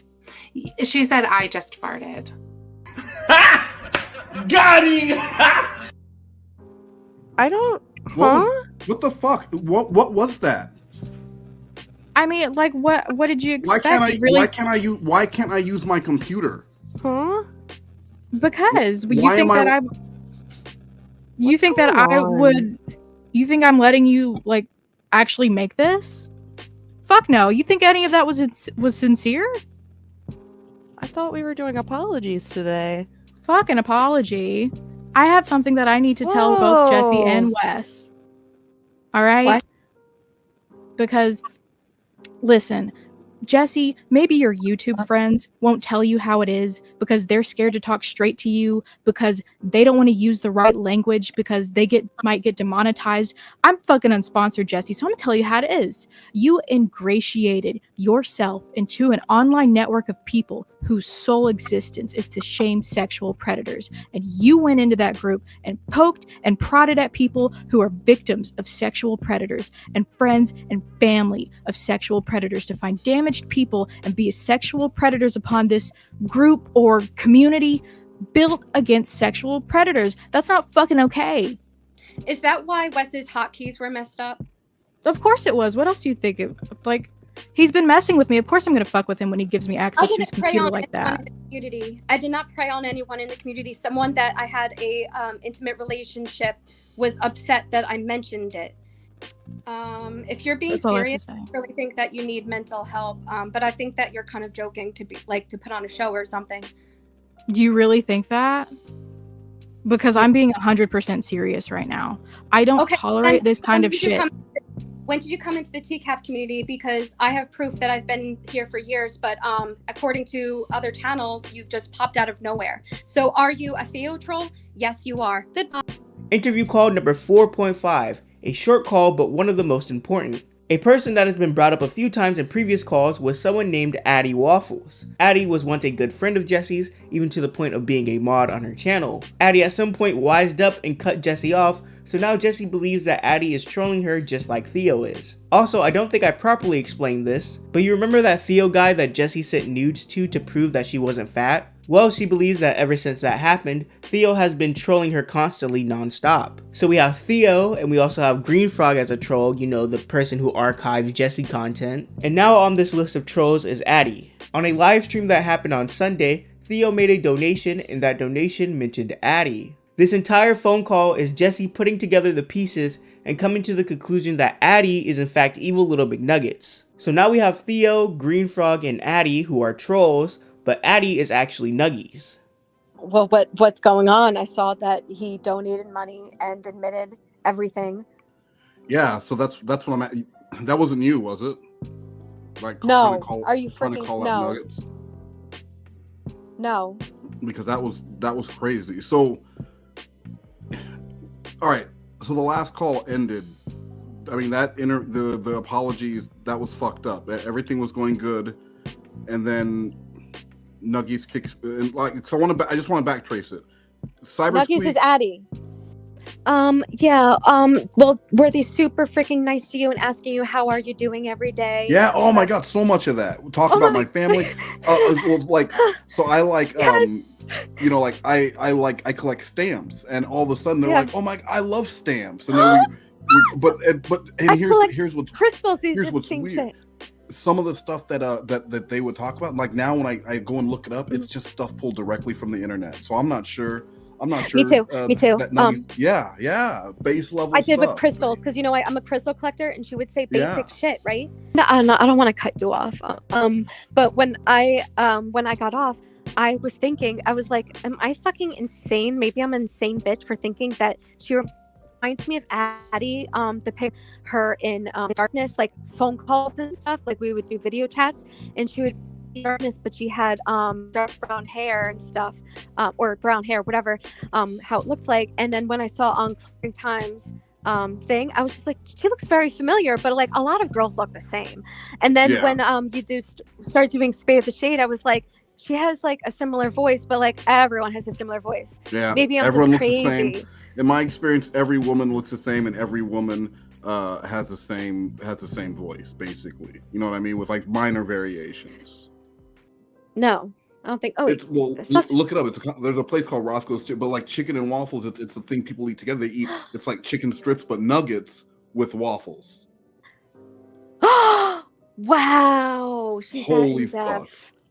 Holy fuck! So that is 4D chess right there. So nuggets comes here. So waffles goes with chicken. Chicken comes here, is here for 6-7 months, gets well known within the community by who knows how, and then and just so that they could find their way to attack you in another community. Yep. By the way, this was nowhere near true. Addie is not evil little McNuggets, but this will come back in a pretty funny way very shortly. Interview call number 5, another confrontational call. Vex is yet another community member that was also in on the troll. Remember that sleep stream from a while ago? Well, Vex's crime was leaving mean comments in the live chat. Yep, that's it. You just came and no one, not even a single freaking member of the TCaP community can find you anywhere before. Does it matter? They know who I am now. They know who I am now. Okay, but that's weird that you think that I'm new, and that's kind of strange. Why is it weird? I don't know if you were having like a mental breakdown in my stream and everything, but that's completely inappropriate to come into my stream and be rude. Do you want me to be real about it? Do you want me to be real stream. about it? I came to you as a woman to ask you a question, and you wouldn't even acknowledge me. You would not acknowledge me. So I got a little live with it. Trying to, I tried to DM you on Discord, and you still ignored me. Yep, because of everything that's going on. Because you are There's a afraid of legal case me. That's about to happen, so I'm You are ignoring afraid of messages. me. I'm ignoring all messages until things Mm-hmm. are resolved. Yes. So it's not you. My issue with you has nothing to do with what you think it does. So. Okay. I'm not going to, Wes. I don't want to respond to this. Because she knows what it's about. She knows what it's about. They need medication or something. Because she knows exactly what it's about. Let's not go there. Can I ask both of you, as adults, and you know, is there any jealousy from either of you towards the other? Why would I be jealous of Raggedy Ann? Well, after making up with Vex, Wes and Jessi talked for a bit longer about some troubling news. You see, Nuggies offered Wes a contract, a very large contract, and he signed it without question. This contract gave Nuggies full control over Wes's house and other crazy things like that, but way more importantly, it gave Nuggies full control over his channel, The Most Worst. This is bad because Jessi really wants to stream with Wes and replace Nuggies on the show. While Wes is relaying these news to Jessi, she can't help but not care and instead decides to instantly gossip about the situation. So do you hear that? Jessi? Sorry. I'm Jerome. Because I was messaging someone, so I had to mute myself. But anyway, yeah. So 500 a day. Holy fucking shit. Well, do you hear why? Because of the contract. If I don't do content, if I don't continue making spade in the shade, if I don't continue making content on my Westmost channel, I'm going to owe her money. I told you in Clobber. I'm not yelling. I'm not yelling at you. I'm just like I mean, you know, it would be great, and it would be great if while we're doing this, while we're listening to my life be destroyed, if you could just focus on this though, and maybe. Yeah, but I told you guys that she said a moderator is a friend of mine. Okay, but you're not listening. If while we're there's only 8 minutes left. If you can hold off on the texting while we listen to the slow destruction of my life, I would really appreciate it. Yep, I agree. Okay. Right, like if when you were freaking out yesterday, if I would have said like, oh, hold on, I'm watching Barney. No, season 1 episode You're with Sandy totally Duncan. Right. Yeah, right. You would have said, who gives a shit if Sandy Duncan was on Barney? That doesn't even make sense. But Sandy totally Duncan right. was on Barney, and the whole first season was like a sitcom, completely different from when PBS got it. But what does that have to do with this? My life is falling apart. Can we stay on topic? Yep, you're so right. Wes? Yeah, are you hearing this? Yeah, no, I fucking got a message. I'm sorry, but I know you said don't answer messages. She's doing her bullshit, the whole Nuggets thing, and yeah. Oh, okay. Hey, like. I know. I'm I'm getting messages from people. I know, but you know, and those messages will still be there in 5 minutes. I know. But my channel won't. Notifications popping up, and I'm like, what the fuck? Okay, go on. I'm sorry. Go ahead. Jessi, imagine if at any time during all this work I've been doing with you, I stepped away to take a message from someone. Okay, I'm wrong, and admitting I'm wrong. Go ahead. Okay. They said, did you hear the names of people I can't work with? Yes. What names? Did you hear Brian Piccolo? Yes. Okay, what did they say was found by the murder scene at Gilgo Beach? Piccolo. So do you think that might be connected? Yes. Brian, why would I work with them? B. Hansen. Keep going. Brian Piccolo, who I'm pretty sure passed away. Yeah, and then Brian Foreman, I don't even know who the hell that is. And then Jessi, the Wolf Smut girl. Okay, I don't know any. Well, that's I was supposed to do a live stream with Jessi today. So what does that mean? Well, according to this contract, you can't do it. I mean, there are so many ways they can get you, Wes. What I'm suggesting you do is don't do anything. Don't stream with anyone. Don't go on YouTube. Matter of fact, don't even go on your phone until we get this contract released.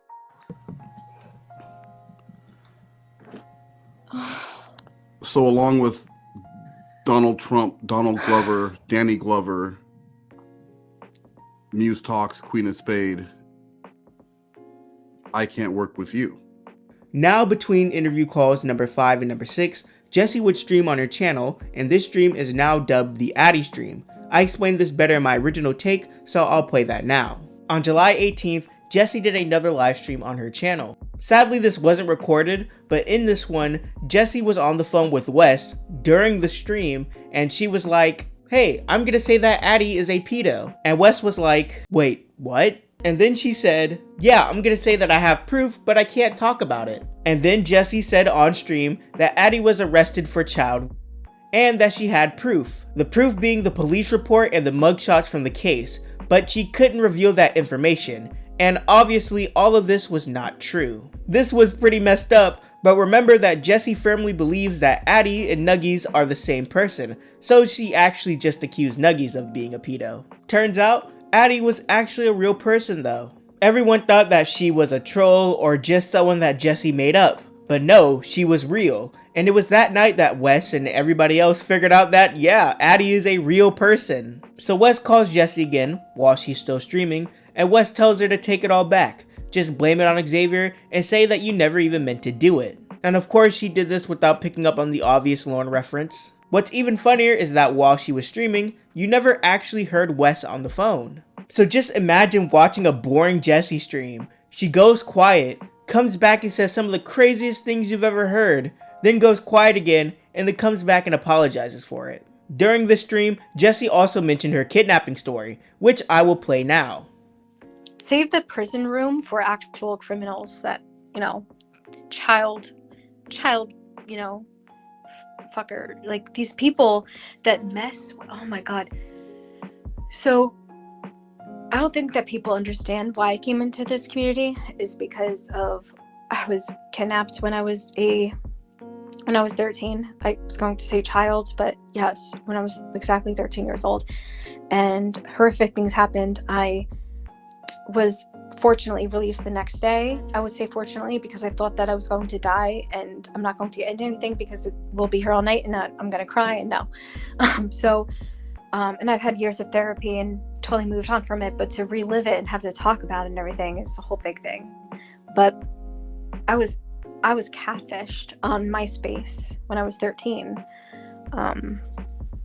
And that's how I was kidnapped because I went to meet them somewhere in town. Lied to my parents saying that I was just going outside and,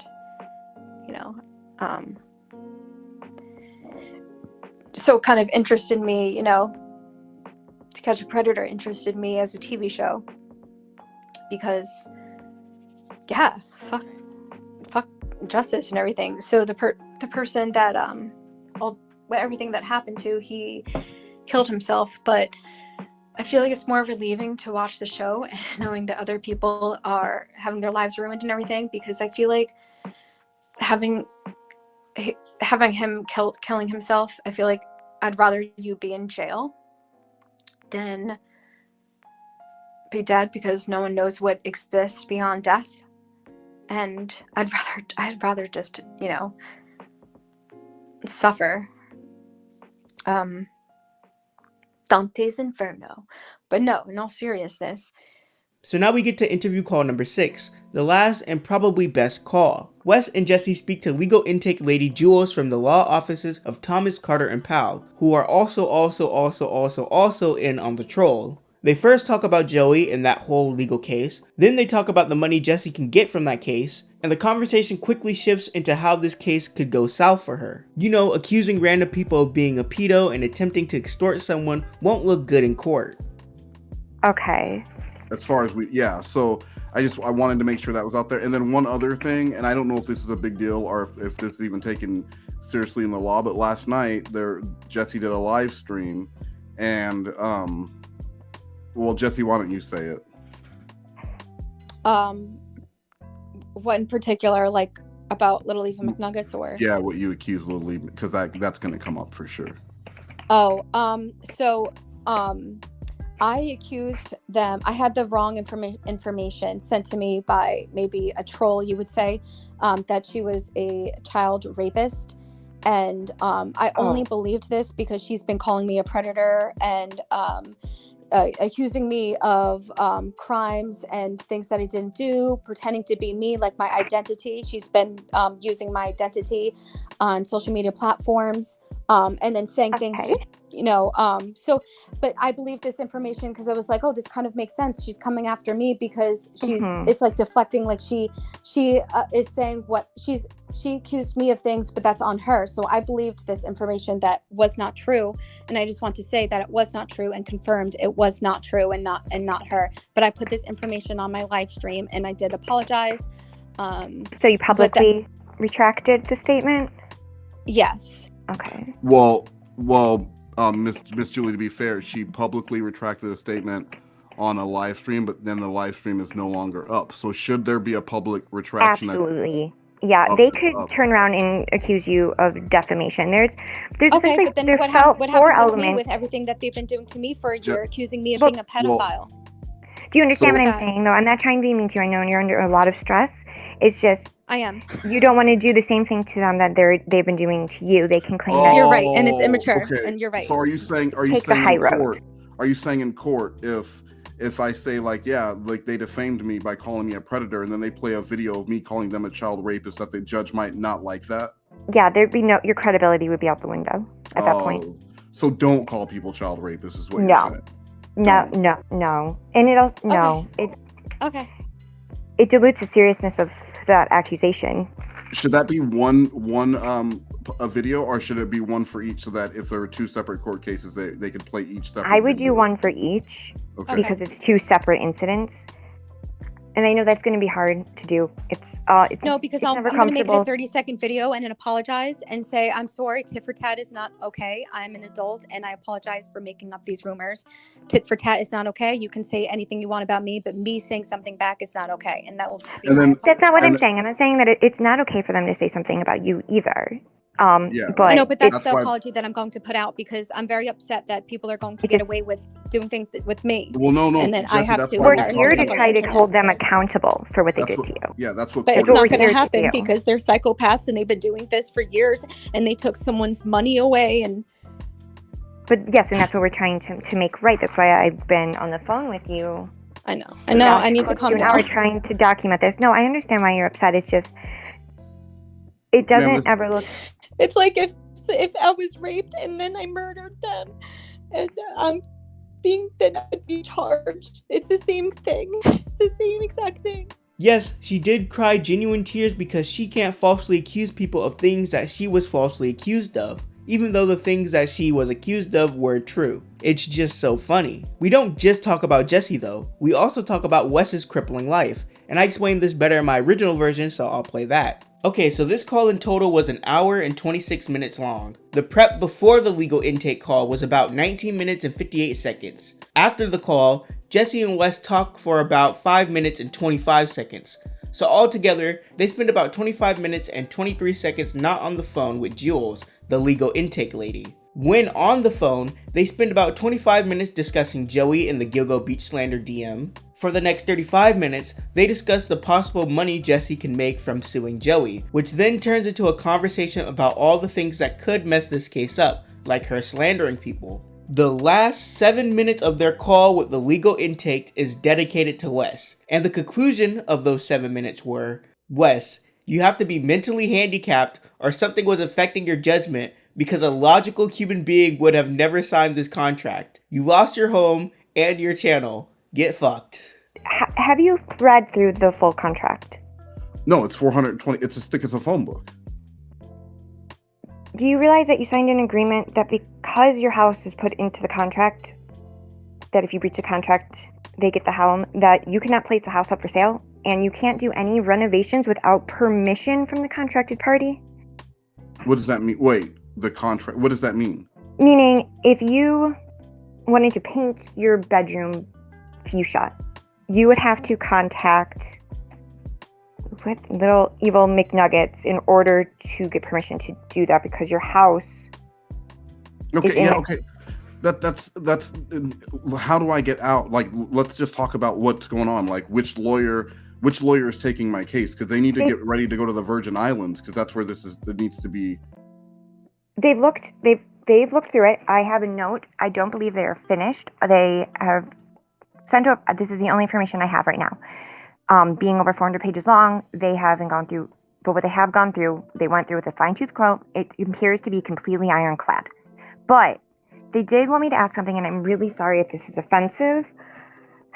Do you have any mental defects, dementia? I'm sorry, Alzheimer's, any sort of mental illness that would make you considered incapacitated or mentally incompetent to be able to sign the contract? No. Why does that matter? Why would you ask me that? It just, if that seems to be your best shot right now from the notes that I'm looking at to get out of this. Based off, and it could be off the record, but based off of everything that you've dealt with, that you've seen in your time there, what is the likelihood of me having a successful lawsuit? Please. Disclaimer that I am not a lawyer. I understand. simply do intake, but I don't see how you could possibly get out of the contract based on what I'm reading the notes and what has been communicated to me. The fact that they've even asked me to ask you about any sort of mental health condition, that's not a good sign. if you were drinking or in any way incapacitated when you were signing this, no, it's not a good sign. No. And that's it. If you want to hear these calls in full, they are linked in the description. I had to cut a lot of really funny stuff out of them due to time purposes. Like, you don't know how much restraint I had to exercise to make a 5-hour video into hopefully a 3-hour one. So if you want to see what you're missing, go check these calls out. Now to speed things up, we're going to group the rest of these calls together and call this section "We Need to Walk Jessi from the Cliff so she can stream with Wes." This entire troll had some really good moments, but it needs a really good ending for it to be something truly special. And we do have a pretty entertaining finale, but I don't want to spoil it. After speaking to the legal intake lady, crying like a baby because you can't do dumb stuff online, and hearing about Wes signing his soul away, that last part isn't important, both Jessi and Wes get this email. It's pretty long, but basically it says that the contract that Wes signed was completely fake. There was tons of dumb garbage in it, like how it would be void unless it was signed on Venus, and it was a part of one big operation to troll Wes. But why would anyone want to troll Wes? I mean, look at this face. Who'd want to mess with this lovable mug? Well, the reason they did it was because they figured out that Wes was helping Jessi, someone they found to be a despicable person. Now, does Jessi reflect on her actions? I mean, it must mean something if Nuggies, loyal co-host on many shows, was trolling Wes just like Wes was trolling Joran. It was because he was helping her. Maybe Jessi is in the wrong. Nah, that's stupid. Jessi, on the other hand, is freaking out because all the videos are out and she's thinking that she just got trolled. So she's ranting about Theo and Addie and Nuggies and how Nuggies and Addie are the same person. But remember, Nuggies and Addies aren't the same person, and Addie is real. So now Wes and Jules have to make sure that Jessi knows that Addie and Nuggies aren't the same person. In the email, it was stated that Addie was not Nuggies, but of course Jessi didn't read the email. So in the next call they had, which took place on the same day the email was sent, Wes not only had to walk Jessi back from the cliff, but he had to explain that Addie was not Nuggies. A task that was easier said than done. So I don't know what these words you keep. I'm not ignoring you because I've sent you several ever since I asked you for proof, legal proof. You show me something. Show me anything that, because you keep telling me that Addie. Stop. Hey, no. You're gonna let me. You're gonna let me talk. Of what the accusations against me first. No, that's not how this works, Jessi. I spoke to lawyers. Jessi. I spoke to lawyers, and they want no. Jessi, I am. No, they said all the accusations against me on your channel, that they want proof of that, and they can't find any proof. Thank you. Hello? Well, it seems like, Jessi, that you've been lying to me. Oh, what? About everything, about all of the claims, the things that these people have done for 4 years, because you have no proof of this, but they have proof of things you've done. And every time I ask you about those, I'm the one who has proof. They have nothing. They have nothing. Jessi, where is the proof? Where is the proof of them Are you delusional? Are you fucking delusional? Whoa. Hey, Jessi. Jessi, no, I told. How I know is that you're against me, and no, you can't do that. You cannot. You can't. No, Jessi, why would I want to destroy your life, Jessi? My real life to know your channel, and I'm fucking done. Jessi, why would I want to ruin your life? Okay, well, help me figure it out, Jessi. That's all I'm asking you. Tell me what I'm missing. Okay, I gotta go. What? Yeah. Just doing a skit with someone. Okay. Okay.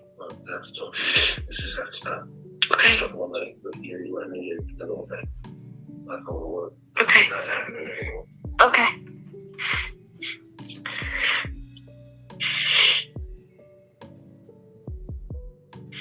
Jesse, did I get you in trouble? Yeah. Can we talk? Yeah. Can we talk then quietly? Yeah. All right. I just need to know. They've tried taking over other people's houses before. I'm not the first one. Yes. Wow. They tried to. Well, they want to take off Katie Joy's channel. No, that specifically. You said they've tried to take house. Yeah, sorry. they tried to take Katie Joy's house. They try to take Katie Joy's house with the same type scam. Yes. Wow. Do you know why that's crazy? Do you want to know why? Well, because if I got an email about 45 minutes ago that was sent to you as well, and it's from people in my community who they were trolling both of us. So I don't know if you heard what I said in the last call, but it was a troll, meaning I didn't lose my channel. Like none of those things happened. I just paid some money for doc review, and I look really stupid. But that's the good news. It was a troll, so like I can be happy that I didn't lose everything. But I talked. Green Frog contacted me today, and they had a deal for you. Do you want to hear what that is?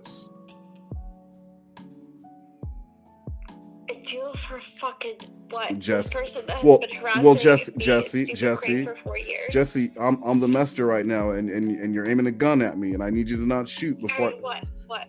Well, I mean, ask a little nicer than that, because I'm bringing you a deal that they made in the interest of peace, and you're treating me like I'm the asshole when I'm trying to act as the mediator between two parties. Because I understand. No. I understand. I know the lawyers and the detectives, and no, I get it. Okay, but listen, they said that if you're willing to stop talking about Addie and make one. Are you fucking kidding me? Listen, so they could talk about me? No, listen, Addie's Jessi. No, they're not. No one's saying anyone's a pedophile. Listen, if you can show me one piece of proof that she called you a pedophile, I will turn right around and ask her what's going on. But please don't wake your dad up. And she hung up again. But guess what, guys? Guess what's gonna happen? I'm gonna call her back again, because this has been like 8 times, or she'll call me back. One of the two. The next few calls are just Wes getting Jessi away from the cliff. They discuss getting Jessi a lie detector test to prove that Jessi was innocent, and Wes was actually going to pay for one. Sadly, the prices that Jessi gave were way off, and the lie detector test cost way too much for it to be worth it. Plus, they were really strict on the type of questions you could ask. I've always owned up to. Yeah, you know what though, Jessi? Here's the really cool thing. See, because you and I can go back and forth. We can talk about different Celsius drinks. You can pretend that you're at Jessi Co again. None of that's gonna help us find the X on that treasure map that we can start digging. But what will is that lie detector test. And people, you can't argue with it. If I take you on Murray, and I find out I'm the daddy, and you start dancing in my face, I can't say no, the test was wrong, because the test said you are the father. Yeah. How soon can we do this? Get it done. Get the appointment scheduled. Yeah, we'll schedule that shit right. How soon can you do this? Broke right now, because No. Listen, allow me to pay for that test. And that'll come out of my Alpha Male Derek account, so you don't even have to worry about it. No, but the thing is, I need to take a train and everything to Manhattan. And how much is that train? $40. So $240 is what I'm looking. Let's get it scheduled, and here's what we'll do. Let's get it scheduled. You get out there, and I will reimburse you same day. As soon as I know you're there, and we got you there, I will reimburse you for that train. I'll take care of it. Okay. That's good. Yeah. We agreed, not even last night, this morning when I was up until almost it was almost 3 a.m. your time. And I'm talking with you, and there were a lot of tears and a lot of emotion. And I said, we are going to get this.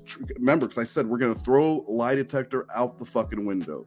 This is a truth-telling test because you are telling the truth. I'm going to be honest. I'm just being honest. Okay. No, it's they're $700. Let's see. Well, last night it was $200. Well, I guess I'm fucking wrong. Hello. Hello, Mr. Moast. Yes, this is him. Okay, let me patch you through. She's very busy today, so we do appreciate your call when we patch you through. Beep. Hello. Hello. Hi, what's up? I want to talk about the message that you sent. Okay. What's up with that? Let's see. Which message in particular? Well, the message about, I feel like you're being a bit unfair. For a long time I've wanted to create on YouTube. I do YouTube because my job itself is making media, making commercials, and everything attached to my job is about monetization, CPAs, making sure I'm getting the best return on investment. So when I started doing YouTube, the alternative for me was like doing a local play, because I wanted to do something where I could use whatever talent I might have in a way that wasn't tied to money, that didn't have any financial interest to it.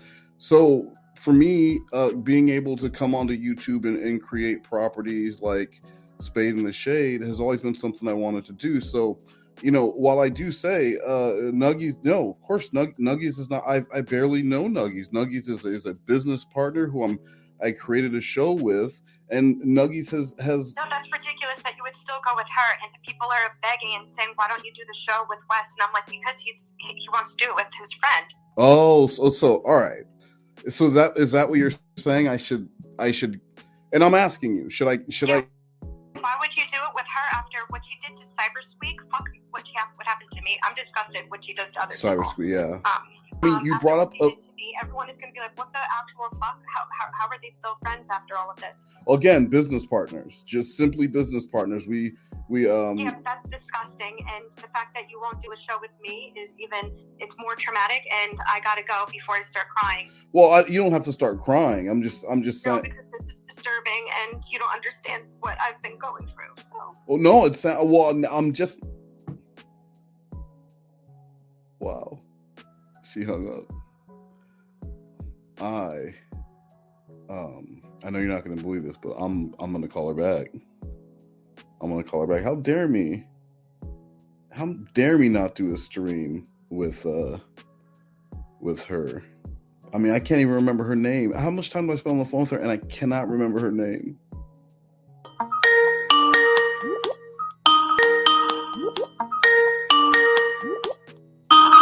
Hello? So are you ready to do this tonight? You're going to be available? No. What do you mean no? Because I need to sleep. I've been awake for like 10 days in a row. So Jessi was upset because Wes was still doing the Queen of Spades show with Nuggies despite everything that happened. Jessi says it's because Nuggies has hurt so many people, but in reality, Jessi just wants to replace Nuggies as the co-host. Since the contract was conveniently made null and void, it is possible for Jessi to now stream with Wes. The problem is that the next Spade stream is scheduled that day, July 25th, so if Nuggies isn't going to come on, then Jessi will have to do it right now. After much resistance, Jessi gives in and she does the show. But I don't want to take up your time, Well, I mean, I'm calling you though because you convinced me that I needed to get rid of Nugs, but now you're telling me that you can't do the show tonight, and I scheduled it, and people are waiting for the show tonight. So what am I supposed to do? I mean, you can reschedule it. I mean, it's not. This isn't. I've already rescheduled it once, when I didn't want to. So I definitely don't want to reschedule again. Yeah. Well, I mean, it's Nugget's fault. # Nugget's fault.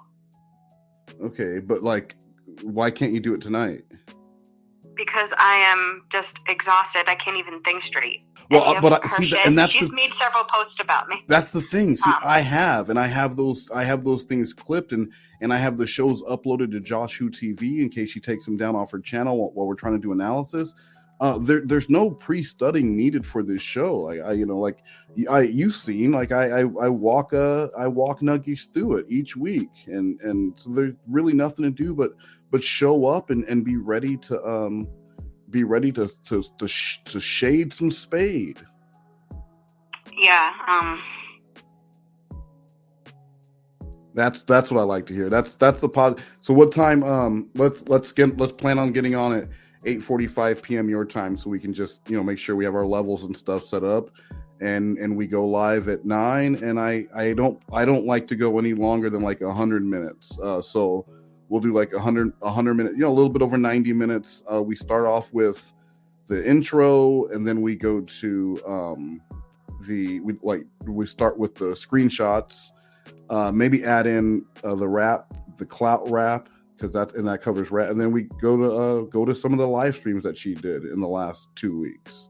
Real simple. I walk you right through it. Mm-hmm. Now this Spade in the Shade stream was played completely straight, for the most part. Even the people in the chat didn't know about the troll. To them, this was going to be a normal stream, just without Nuggies. So let me set the scene for you. Imagine you're someone like the Adorkables or maybe Val's Crazy, people who have had very poor interactions with Queen of Spade. You come to the regularly scheduled live stream where the charismatic host of the show, Moast, and his monotone yet familiar sounding co-host, Evil Little McNuggets, come on and discuss the antics of local Queen of Spade. After waiting, the show starts and you hear this.